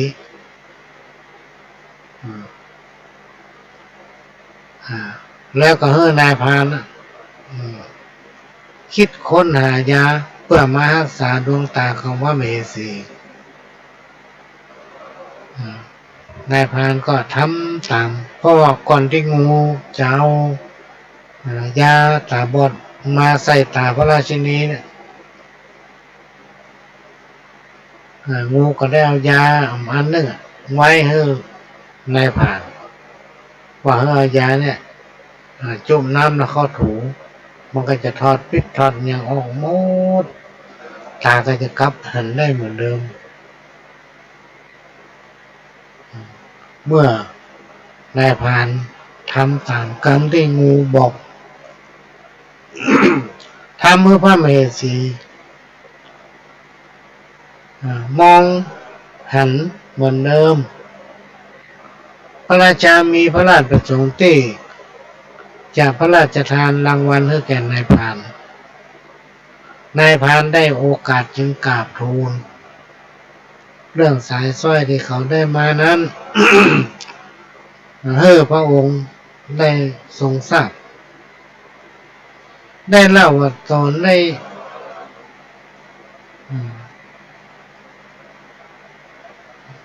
ด้ยาที่ตนเองมารักษามเหสีจากงูได้มาจากงูตัวนึงงูที่ได้ช่วยเหลือชีวิตไว้ส่วนสร้างตีทองเป็นคนในละคุณเพราะเห็นแก่เงินรางวัลตอนนั้นมานึกถึงบุญคุณที่ข้าได้ช่วยชีวิตเขาเมื่อพระราชาทรงทราบก็มีรับสั่งเงินยับสร้างตีทองพี่น้องตาหนวังมาลงโทษและกับประหารชีวิตในที่สุดเพื่อเป็นเยี่ยมอย่างเนี่ยกรรมโบราณบอกกล่าวที่ว่าช่วยสัตว์ได้คุณช่วยคนได้โทษ อันนี้เป็นกรรมบอกกล่าวที่เป็นว่าโลกพรรษา15 ค่ำและ กฐินสามัคคีเข้าถวายกับพระภิกษุที่จำพรรษาต้นไตรมาสของวัดร้องอ้อตำบลสันนิเชื่ออำเภอเมืองเชียงใหม่จังหวัดเชียงใหม่ตรงกับวันอาทิตย์ที่ 26 พฤศจิกายน พุทธศักราช 2566 เวลา 10 นาฬิกาก็เป็นงานทำบุญทอดกฐินสามัคคีขอเชิญชวนผู้ใจบุญใจกุศลร่วมงานบุญนี้เป็นกฐินสามัคคีของวัดร้องอ้อโดยพร้อมเพรียงกัน จัดโคนตรณีห่างไกลชีวาสร้างเหตุความรัก เป็นว่าเป็นโจรข้าก็บ่คิดว่าสู่จะเป็นโจรด้วยความที่ข้าเนี่ยฮักตัวเต็มร้อยเนาะหัวใจถึง4 ห้องหม้อเพื่อสู่หมดบ่คิดว่าสู่เป็นคนอย่างนี้นะฝ่ายสามีผู้เป็นโจรก็ตายใจละพี่น้องท่านผู้ฟังอนุญาตให้นางขอนางก็แต่งทำประทักษิณเดินเต้แวดสามี3 รอบ 4 รอบพร้อมกับร้องให้ลำพึงลำพันกอดสามีพึงตั้งหน้าตั้งหลังก็เด้อก็ไปกอดตั้งหน้าก็เด้อก็มากอดตั้งหลังพอได้จังหวะพี่น้องท่านผู้ฟังนางก็พักสามีโจรตกลงเหวสมน้ำหน้าฝ่ายสามีโจรเมื่อตกลงเหวล่างก็กระทบกับหินผาจ้ำน้อยจ้ำใหญ่ตายสนิทพี่น้องท่านผู้ฟังมีสติปัญญาเกิดสามารถแก้ไขปัญหาได้คนเราจะต้องมีสติถ้าใครมีสติปัญญาก็มีถ้ามีสติก็เดี๋ยวมันก็มีปัญญาบ่มีอย่างที่คนเราจะแก้ไขมาได้ครูบาอาจารย์ต้นบอกถ้าเอาใจสติปัญญาตัวเก่าให้ตั้งมั่นพี่น้องท่านผู้ฟังแล้วเขาคิดว่าบ่มีไผที่จะมาช่วยเขาจะต้องช่วยเหลือตัวเก่าให้ถึงที่สุดแล้วถึงจะขอเพื่อคนอื่นมาช่วยเหลือเขาคนเราเหมือนไก่มันต้องคุยเข้าหาตัวมันดิ๊กนิทานเรื่องนี้ก็สอนให้รู้ว่าถ้าไว้ใจทางวางใจคนจะจนใจเองผู้ร้ายอย่างที่ผู้หลวงเคยพูดฟังว่าหน้าตามันดีรูปหล่อผู้ร้ายบางคนนี่มีเป็นคณะพี่น้องท่านฟังมีเป็นกลุ่มขี่รถใหม่ๆไอ้ขี่รถขี่เนี่ยมากระลักซอกหาของเก่าพ้องไปชอบตัดต้นไม้พ้องคนนั่นคนนี้ไปรับจ้างพ้องนั่นเพิ่นเป็นคนดีไม่ใช่ผู้ร้ายไอ้ผู้ร้ายก็แต่งในเก่งตัวมาไทย ขี่รถเข้าบ้านต้องอีแม่อีพี่เพิ่นบอกให้มาเอาทีวีเก่าอ่ะแล้วจะเอาไปเปลี่ยนทีวีใหม่ทีวีอย่างตัวถึง24 นิ้วละซื้อมาเมื่อปีแล้วอันกับแม่เราห้องเปิ้นทำข้างกันทีมาช่วยกันหามใส่รถอีน้อยมันจะเปลี่ยนเครื่องใหม่ไว้แต่งตัวเป็นใส่เสื้อแขนยาวแต่งตัวใส่เน็กไทขี่รถไม่เซ็งอ้างว่ามาเอาทีวีไปเปลี่ยนใหม่แม่เว้ยนั่งท่าวันค่ำพอเจ้าค่ำมาลูกสาวทำงานปิดมาบ้านอีแม่ไปเอาทีวีเอาไปไหนอ่ะเอากับมึงใจไปมาเอาไปเปลี่ยนเลยเจ้าอ่ะว่าอย่าไปเปลี่ยนเครื่องใหม่มาให้ลูกเจ้าได้ใจไปลูกเป็นว่าอีแม่ช่วยพยกทีวีขึ้นรถไปหายแซบคนบ้าอย่าถือคนดื้ออย่าสอนคนจรอย่าคบคนประจบอย่าลักคนทักอย่านิ่งคนจริงอย่านายคนอายอย่าล้อคนง้ออย่าโกรธคนโสดอย่าใกล้คนตายอย่ากลัวคนชั่วอย่าเสียคนเสียอย่าช้ำเลยซ้ำมันไม่ดีคนเราต้องให้โอกาสกันพี่น้องท่านผู้ฟังถ้าเอาเป็นคนเหมือนกันนะถ้าเอามาให้โอกาสกันแล้วใครจะมาให้โอกาสเอาความผิดพลาดย่อมมีเกิดขึ้นเป็นธรรมดาความทุกข์ย่อมเกิดขึ้นเป็นธรรมดาความสุขก็ย่อมเกิดขึ้นเป็นธรรมดาเพราะว่าคนเรานั้นจะต้องมีถึงทุกข์ถึงสุขก่อนจะมีสุขก็ต้องมีทุกข์เดี๋ยวก่อนอันนี้เป็นเรื่องที่นำมาเล่าโอ้สู้กันฟังพี่น้องท่านผู้ฟังก่อนที่ไปถึงสารธรรมและงานปันเรื่องก็จะเอาเพลงตามคำขอมาให้พี่น้องท่านผู้ฟังฟังสักเพลงหนึ่งหรือว่า2 เพลง แต่ว่านี่ฟังเพลงของพ่อบุญศรีรัตนังเขามีคนชอบเมื่อคืนยังปิ๊กโทรมาทำให้ฟังพ่อหลวงให้ฟังเพลงอย่างนี้แม่ให้ฟังเพลงที่นานจำในลูกบ่เคยได้ยินสักเพลงที่นานจำนี่ แต่มาเปิดซ้อหาตะกี้นี่มันจะอยู่ใกล้กันถึงเพลงจุ๊ให้ขายควายเนาะกับที่นานจำนี่น่าจะเป็นเพลงเดียวกันก็ผู้หลวงก็เคยฟังทั้งเกือบก็เชิญพี่น้องท่านฟังลองรับฟังออกเชิญ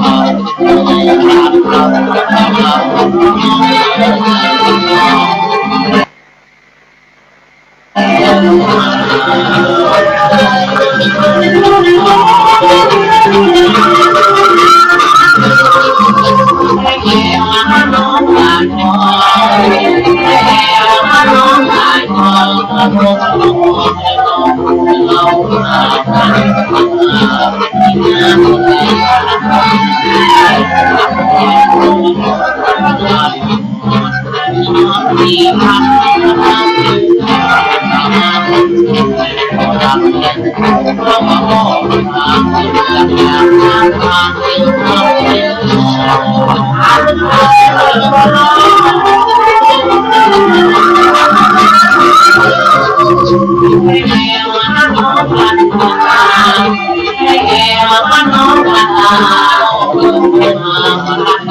บ่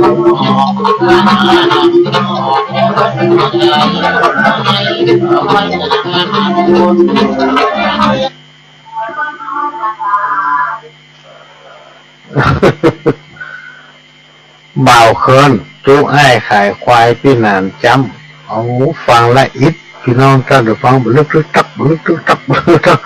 เวลาพวกลองฟังนี่อิดล่ะ ก็เอาไว้โอกาสต่อไปกันแล้วกันเดี๋ยวอีแม่มาแก้มาเข้ากับเพลงเนี้ยมันเป็นบลึกตักมีจังหวะจังเวเนาะ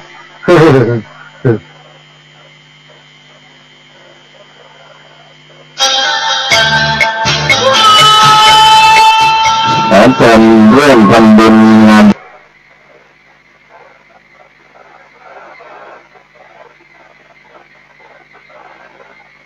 โลกพรรษา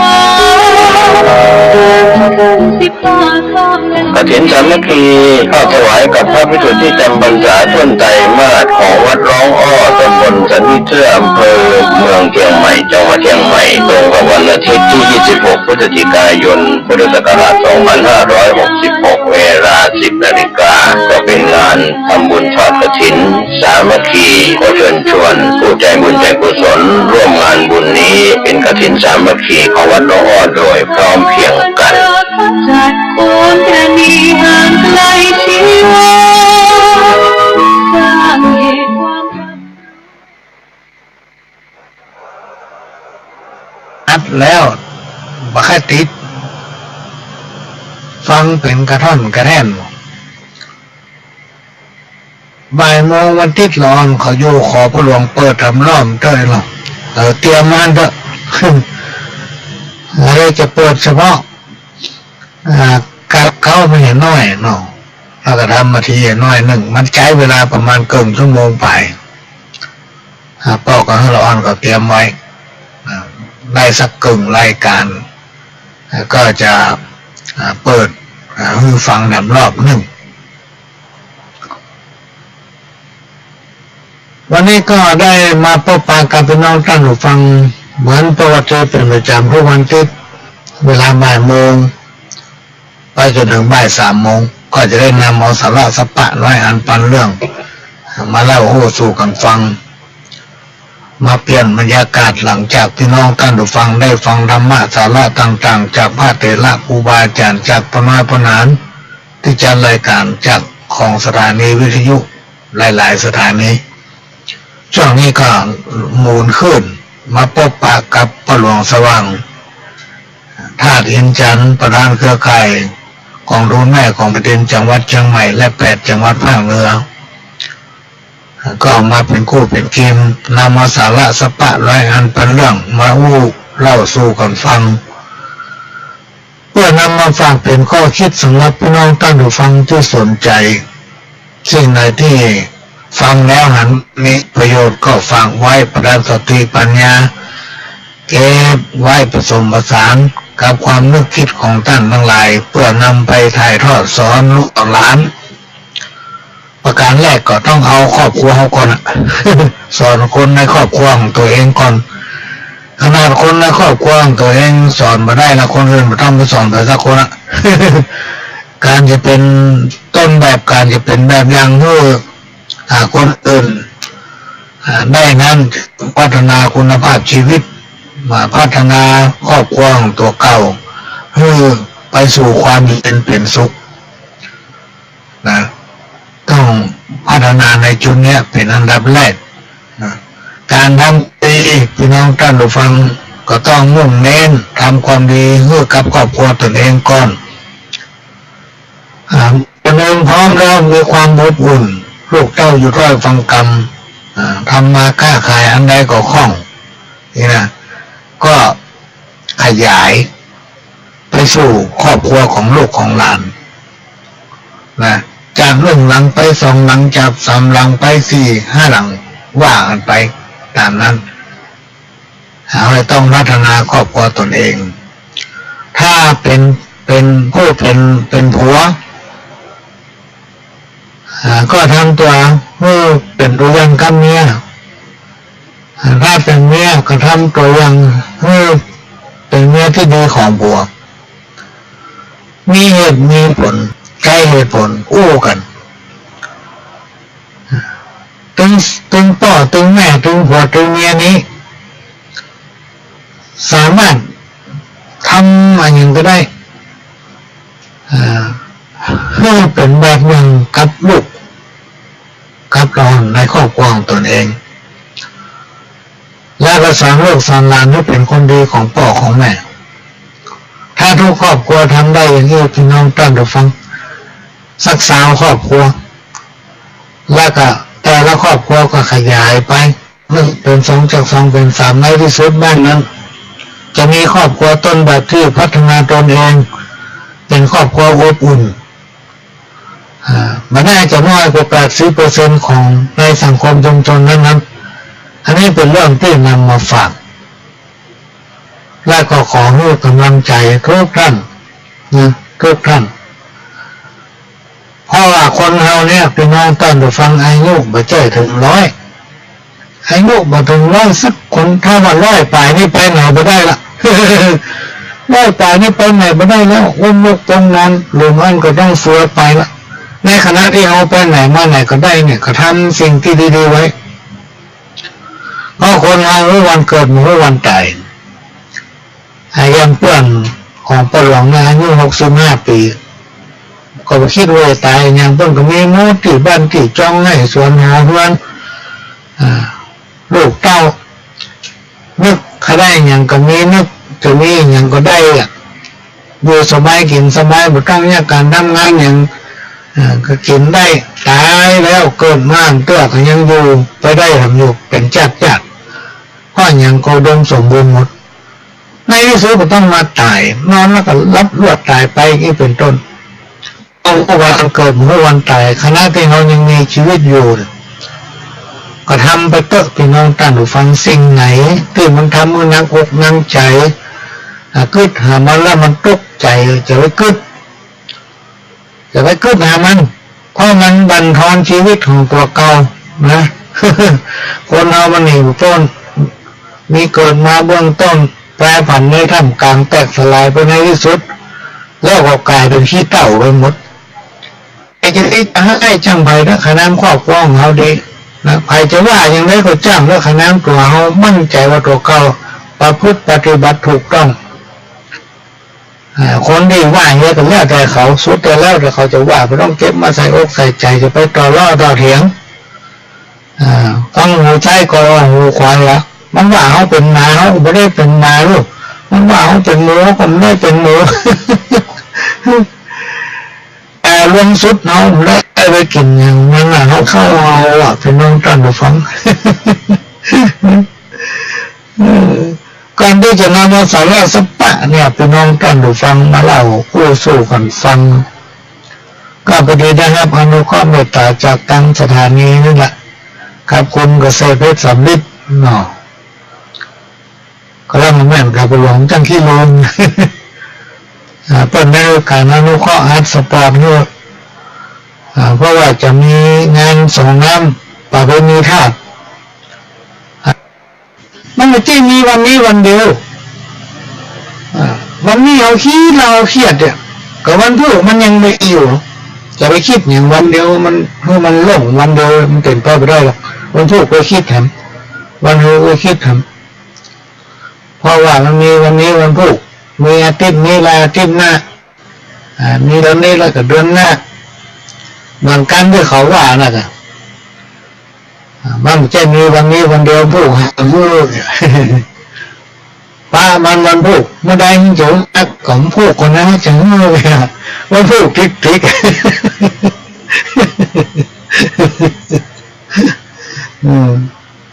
ก็มันนี่มันจริงจังนี่นะ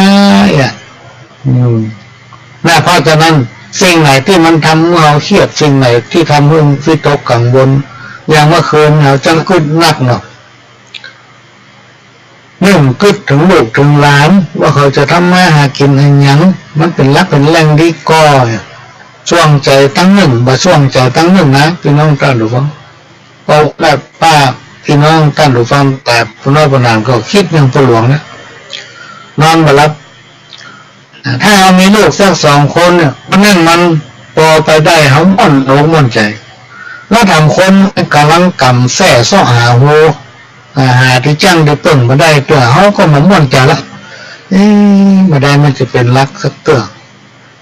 กึดถึงสมัยก่อนกึดถึงคนนั้นคนนี้เมืองสายโซ่แล้วทำให้นอนบลับสุขภาพก็เสียกินข้าวก็บลัมกินข้าวก็บลัมเมื่อเอากินข้าวบลัมนอนบลับเนี่ยเดี๋ยวอันนั้นมาแล้วเนอะอโลคายาปรมาลาภานะมันจึงเวทดูในตัวนั้นแล้วก็เดี๋ยวก็เข้ามาก็น่าเมาหัวมาก่อนก็เดี๋ยวตาลายโตมาละนี่ระวังเพราะนั้นต้องทำจิตใจให้เบิกบานสิ่งไหนที่มันทำเมื่อเครียดจะไปคิดสิ่งไหนที่มันจะทำเราบสบายใจก็อย่าไปคิดถึงมันถ้าใครจะมาว่าอย่างก็ให้ปล่อยวางให้โปร่งพี่น้องท่านผู้ฟังจะไปเก็บเอากรรมนั้นมาคิดนะให้โปร่งวางเนี่ยมันก็เป็นหลังเคยสอนพวกเพื่อนฝูงที่เขานับถือกันสมัยก่อนบอกว่าถ้าไผว่าเขาก็ยิ้มจะมันเหี้ย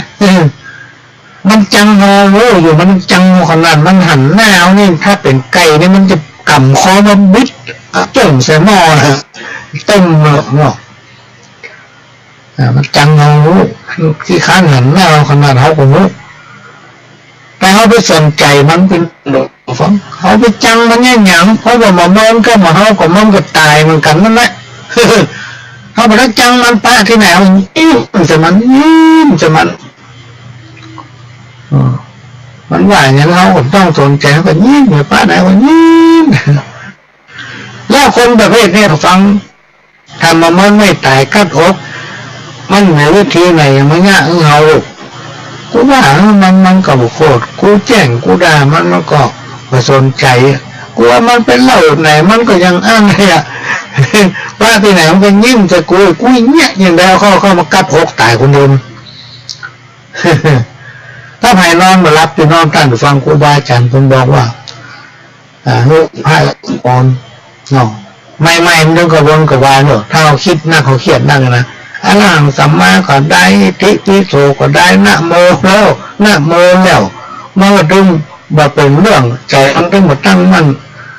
ว่าได้มาถูกมาถือย้อนไปก็ย้อนมาต้องพยายามข่มใจมันดีแท้ๆพี่น้องท่านฟังมาทำเอานอนหลับพุทโธนะพุทโธ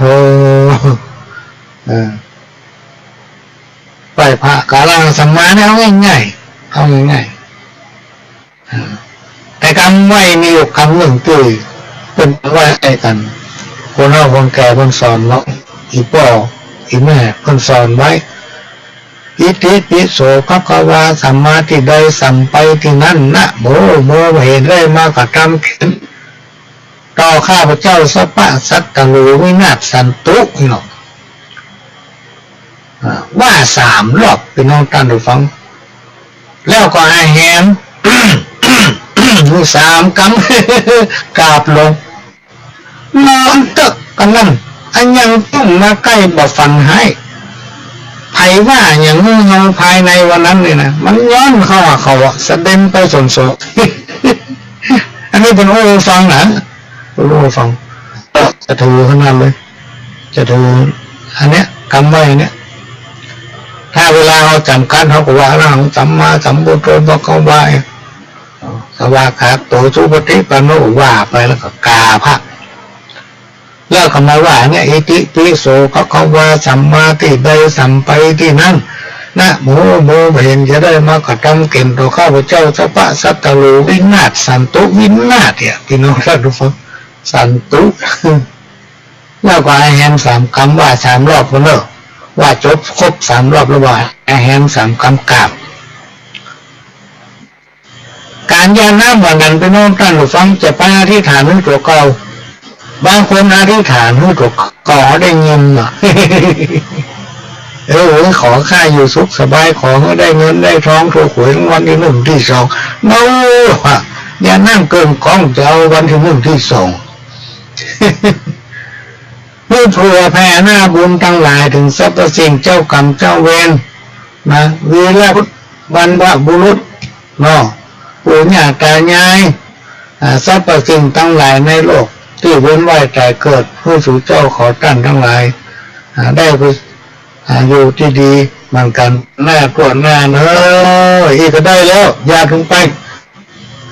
บางคนห้ามเกินแก้วอธิษฐานขอเว้นทุกบางวันที่หนึ่งบางวันที่สองมันไม่ใช่ลายหยาดนะผมต้องเกินแก้วขอรางวัลที่หนึ่งที่สอง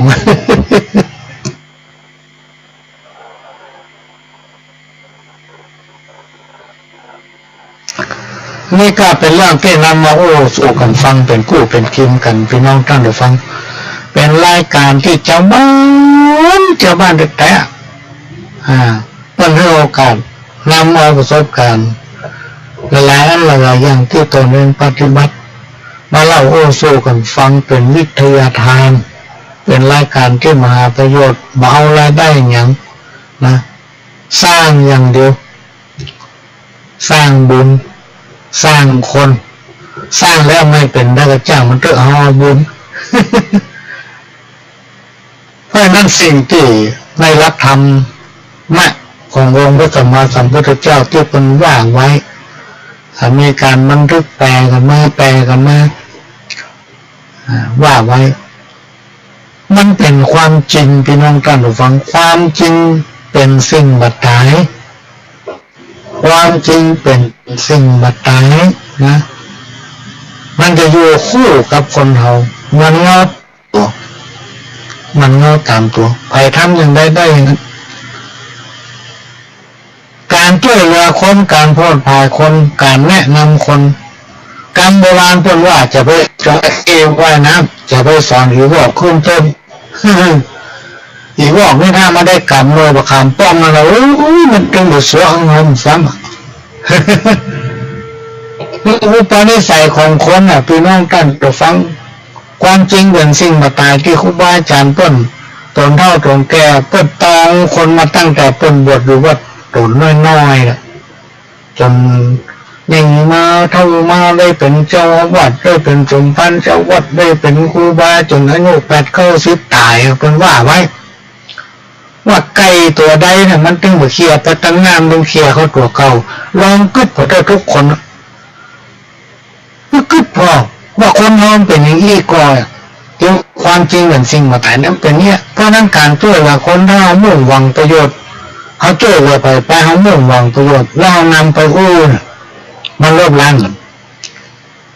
ถ้าเอาหวังจะเอาบุญเนี่ยไปนอนตั้งฟังไม่ต้องคิดถึงบุญที่จะมาไปหน้าเพราะน้อยนักเปี่ยเป็นบุญเป็นคุณเนี่ยนะความกตัญญูกตเวทิตาคุณการรู้จักคุณคนเนี่ยมันดีแต่ใครก็ไม่ชอบทำคนมาดีมาชอบทำเขาจะว่ามาดีก็ไม่ใช่เพิ่งก็เป็นคนดีแต่เพิ่งไม่ชอบการเชื่อว่าอันยังก็จ้างต้องมีเหตุมีผลเป็นของมันด้วยตามเหตุตามผลว่าต้องพอคนพี่น้องผู้ฟังเขาส่งเสริมไปต้องพอว่าคนนี้เป็นคนมีอุปนิสัยอย่างใดวิสัยทัศน์อย่างใดเมื่อมันเป็นคนมันขยันเป็นคนที่ตั้งอกตั้งใจแต่ประสบความสำเร็จอย่างสักอย่างเนี่ยเขาช่วยไปแล้วเป็นประโยชน์ต่อตัวของเขาต่อสังคมชุมชนนั้นที่เขาอยู่นะแต่ถ้าเอาอาหารมันตึ้งมาเข้าท่ามันเบาขี้เต้าเขายังไปส่งเสริมมันแถมเต้าเอาไปส่งเสริมคนพิษ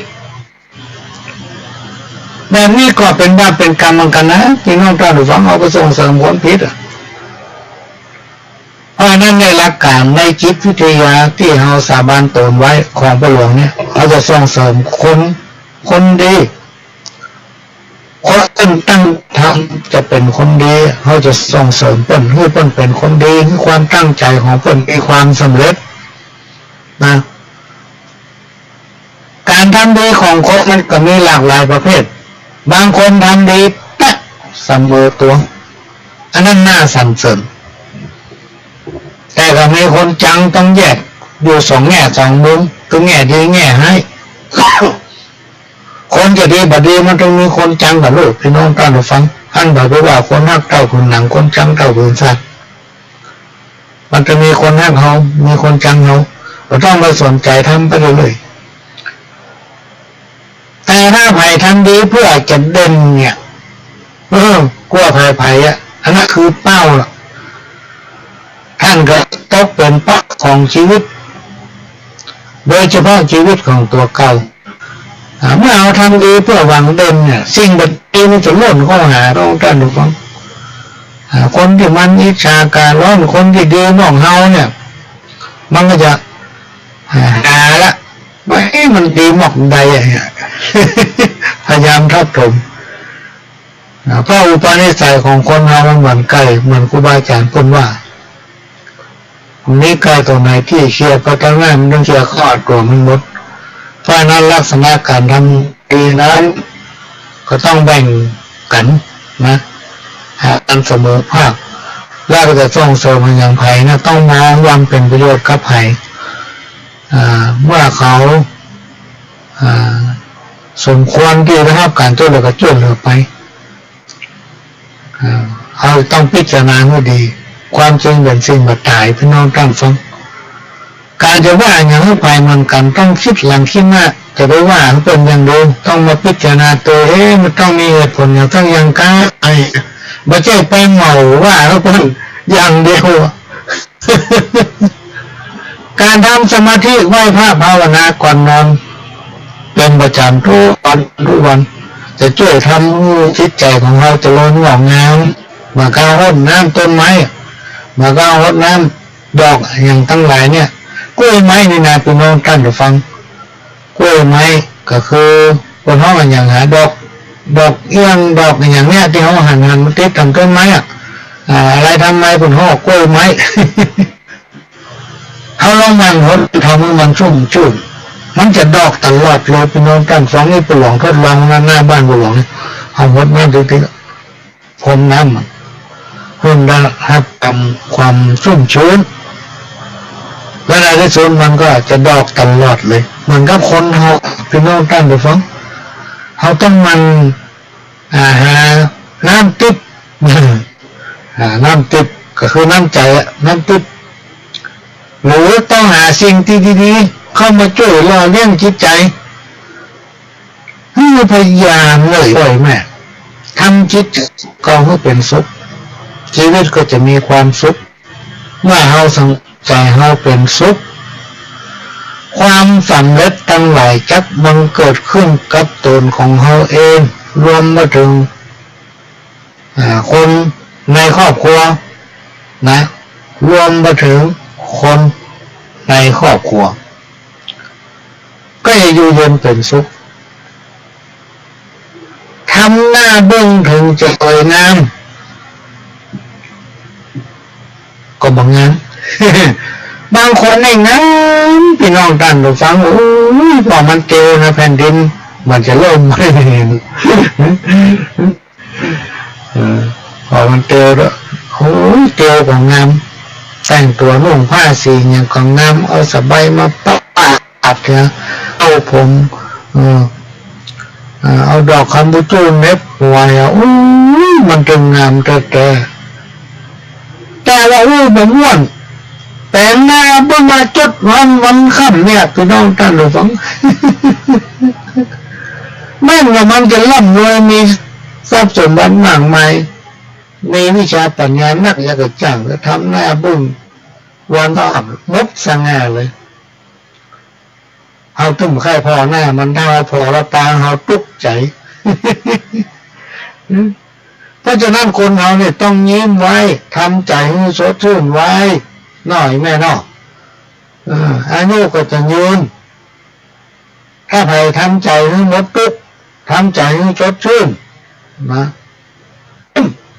อย่างบุหลวงว่าอะไรยิ้มไอ้จะว่าเขาจะได้กระจังเขาสนใจยิ้มใช่ไหมแต่ถ้ามันกัดอกตายหมดอันปุถุว่าเขาเนี่ยในที่สุดชีวิตจิตใจของเขาเนี่ยจะสดชื่นจะสดชื่นเพราะเขาเป็นคนเงียบๆใจเป็นคนใจดีลองสังเกตพอคนที่จิตใจบางงามน้ำเป็นไก่แต่บางค่ำ ก็เล่าเลยพอคนได้เป็นสินเป็นท่านเนี่ย จิตใจเป็นงามหน้าตาเป็นจุ่มจุ่มสิ่งที่กล้าที่สุดพี่น้องท่านฟังคืออย่างในตัวของคนเขาเนี่ยสิ่งที่กล้าที่สุดคืออย่างคือใจ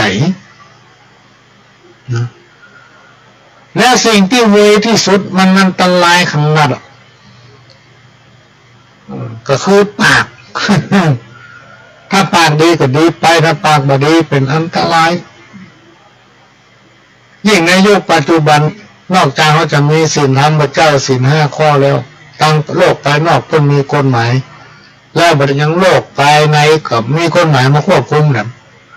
ไปบอกว่าภายในนี่บ่อยฮะบ่ได้เอาทั้งโลกมาคุมกันนะไปแจ้งตำรวจไปแจ้งนั่นนั่นนี่ฟ้องร้องกันเมียหมดสมัยก่อนเพิ่นจะมีเราเป็นแยกวัดไว้เต่งถึงเอาท่านดูฟังเป็นแยกวัดไว้เต่งนะโดยเฉพาะต่อมามีการประกาศว่าเป็นนิติบุคคลเนี่ยเป็นแยกคือบริหารตัวเก่าเลยแต่ทีนี้เขาอ่อนแอเกินเขาอ่อนแอเกินจะเป็นจุดบอดที่เป็นทำลายเนี่ยที่ว่าเวที่สุดก็คือปากนะ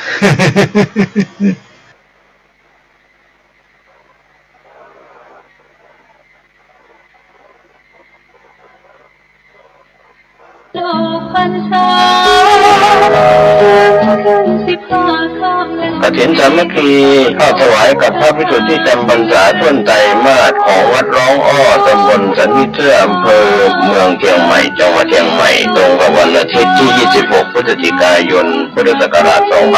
2566 เวลา 10 นาฬิกาก็เป็นงานทำบุญทอดกฐินสามัคคีขอเชิญชวนผู้ใจบุญใจกุศลร่วมงานบุญนี้เป็นกฐินสามัคคีของวัดร้องอ้อโดยพร้อมเพรียงกัน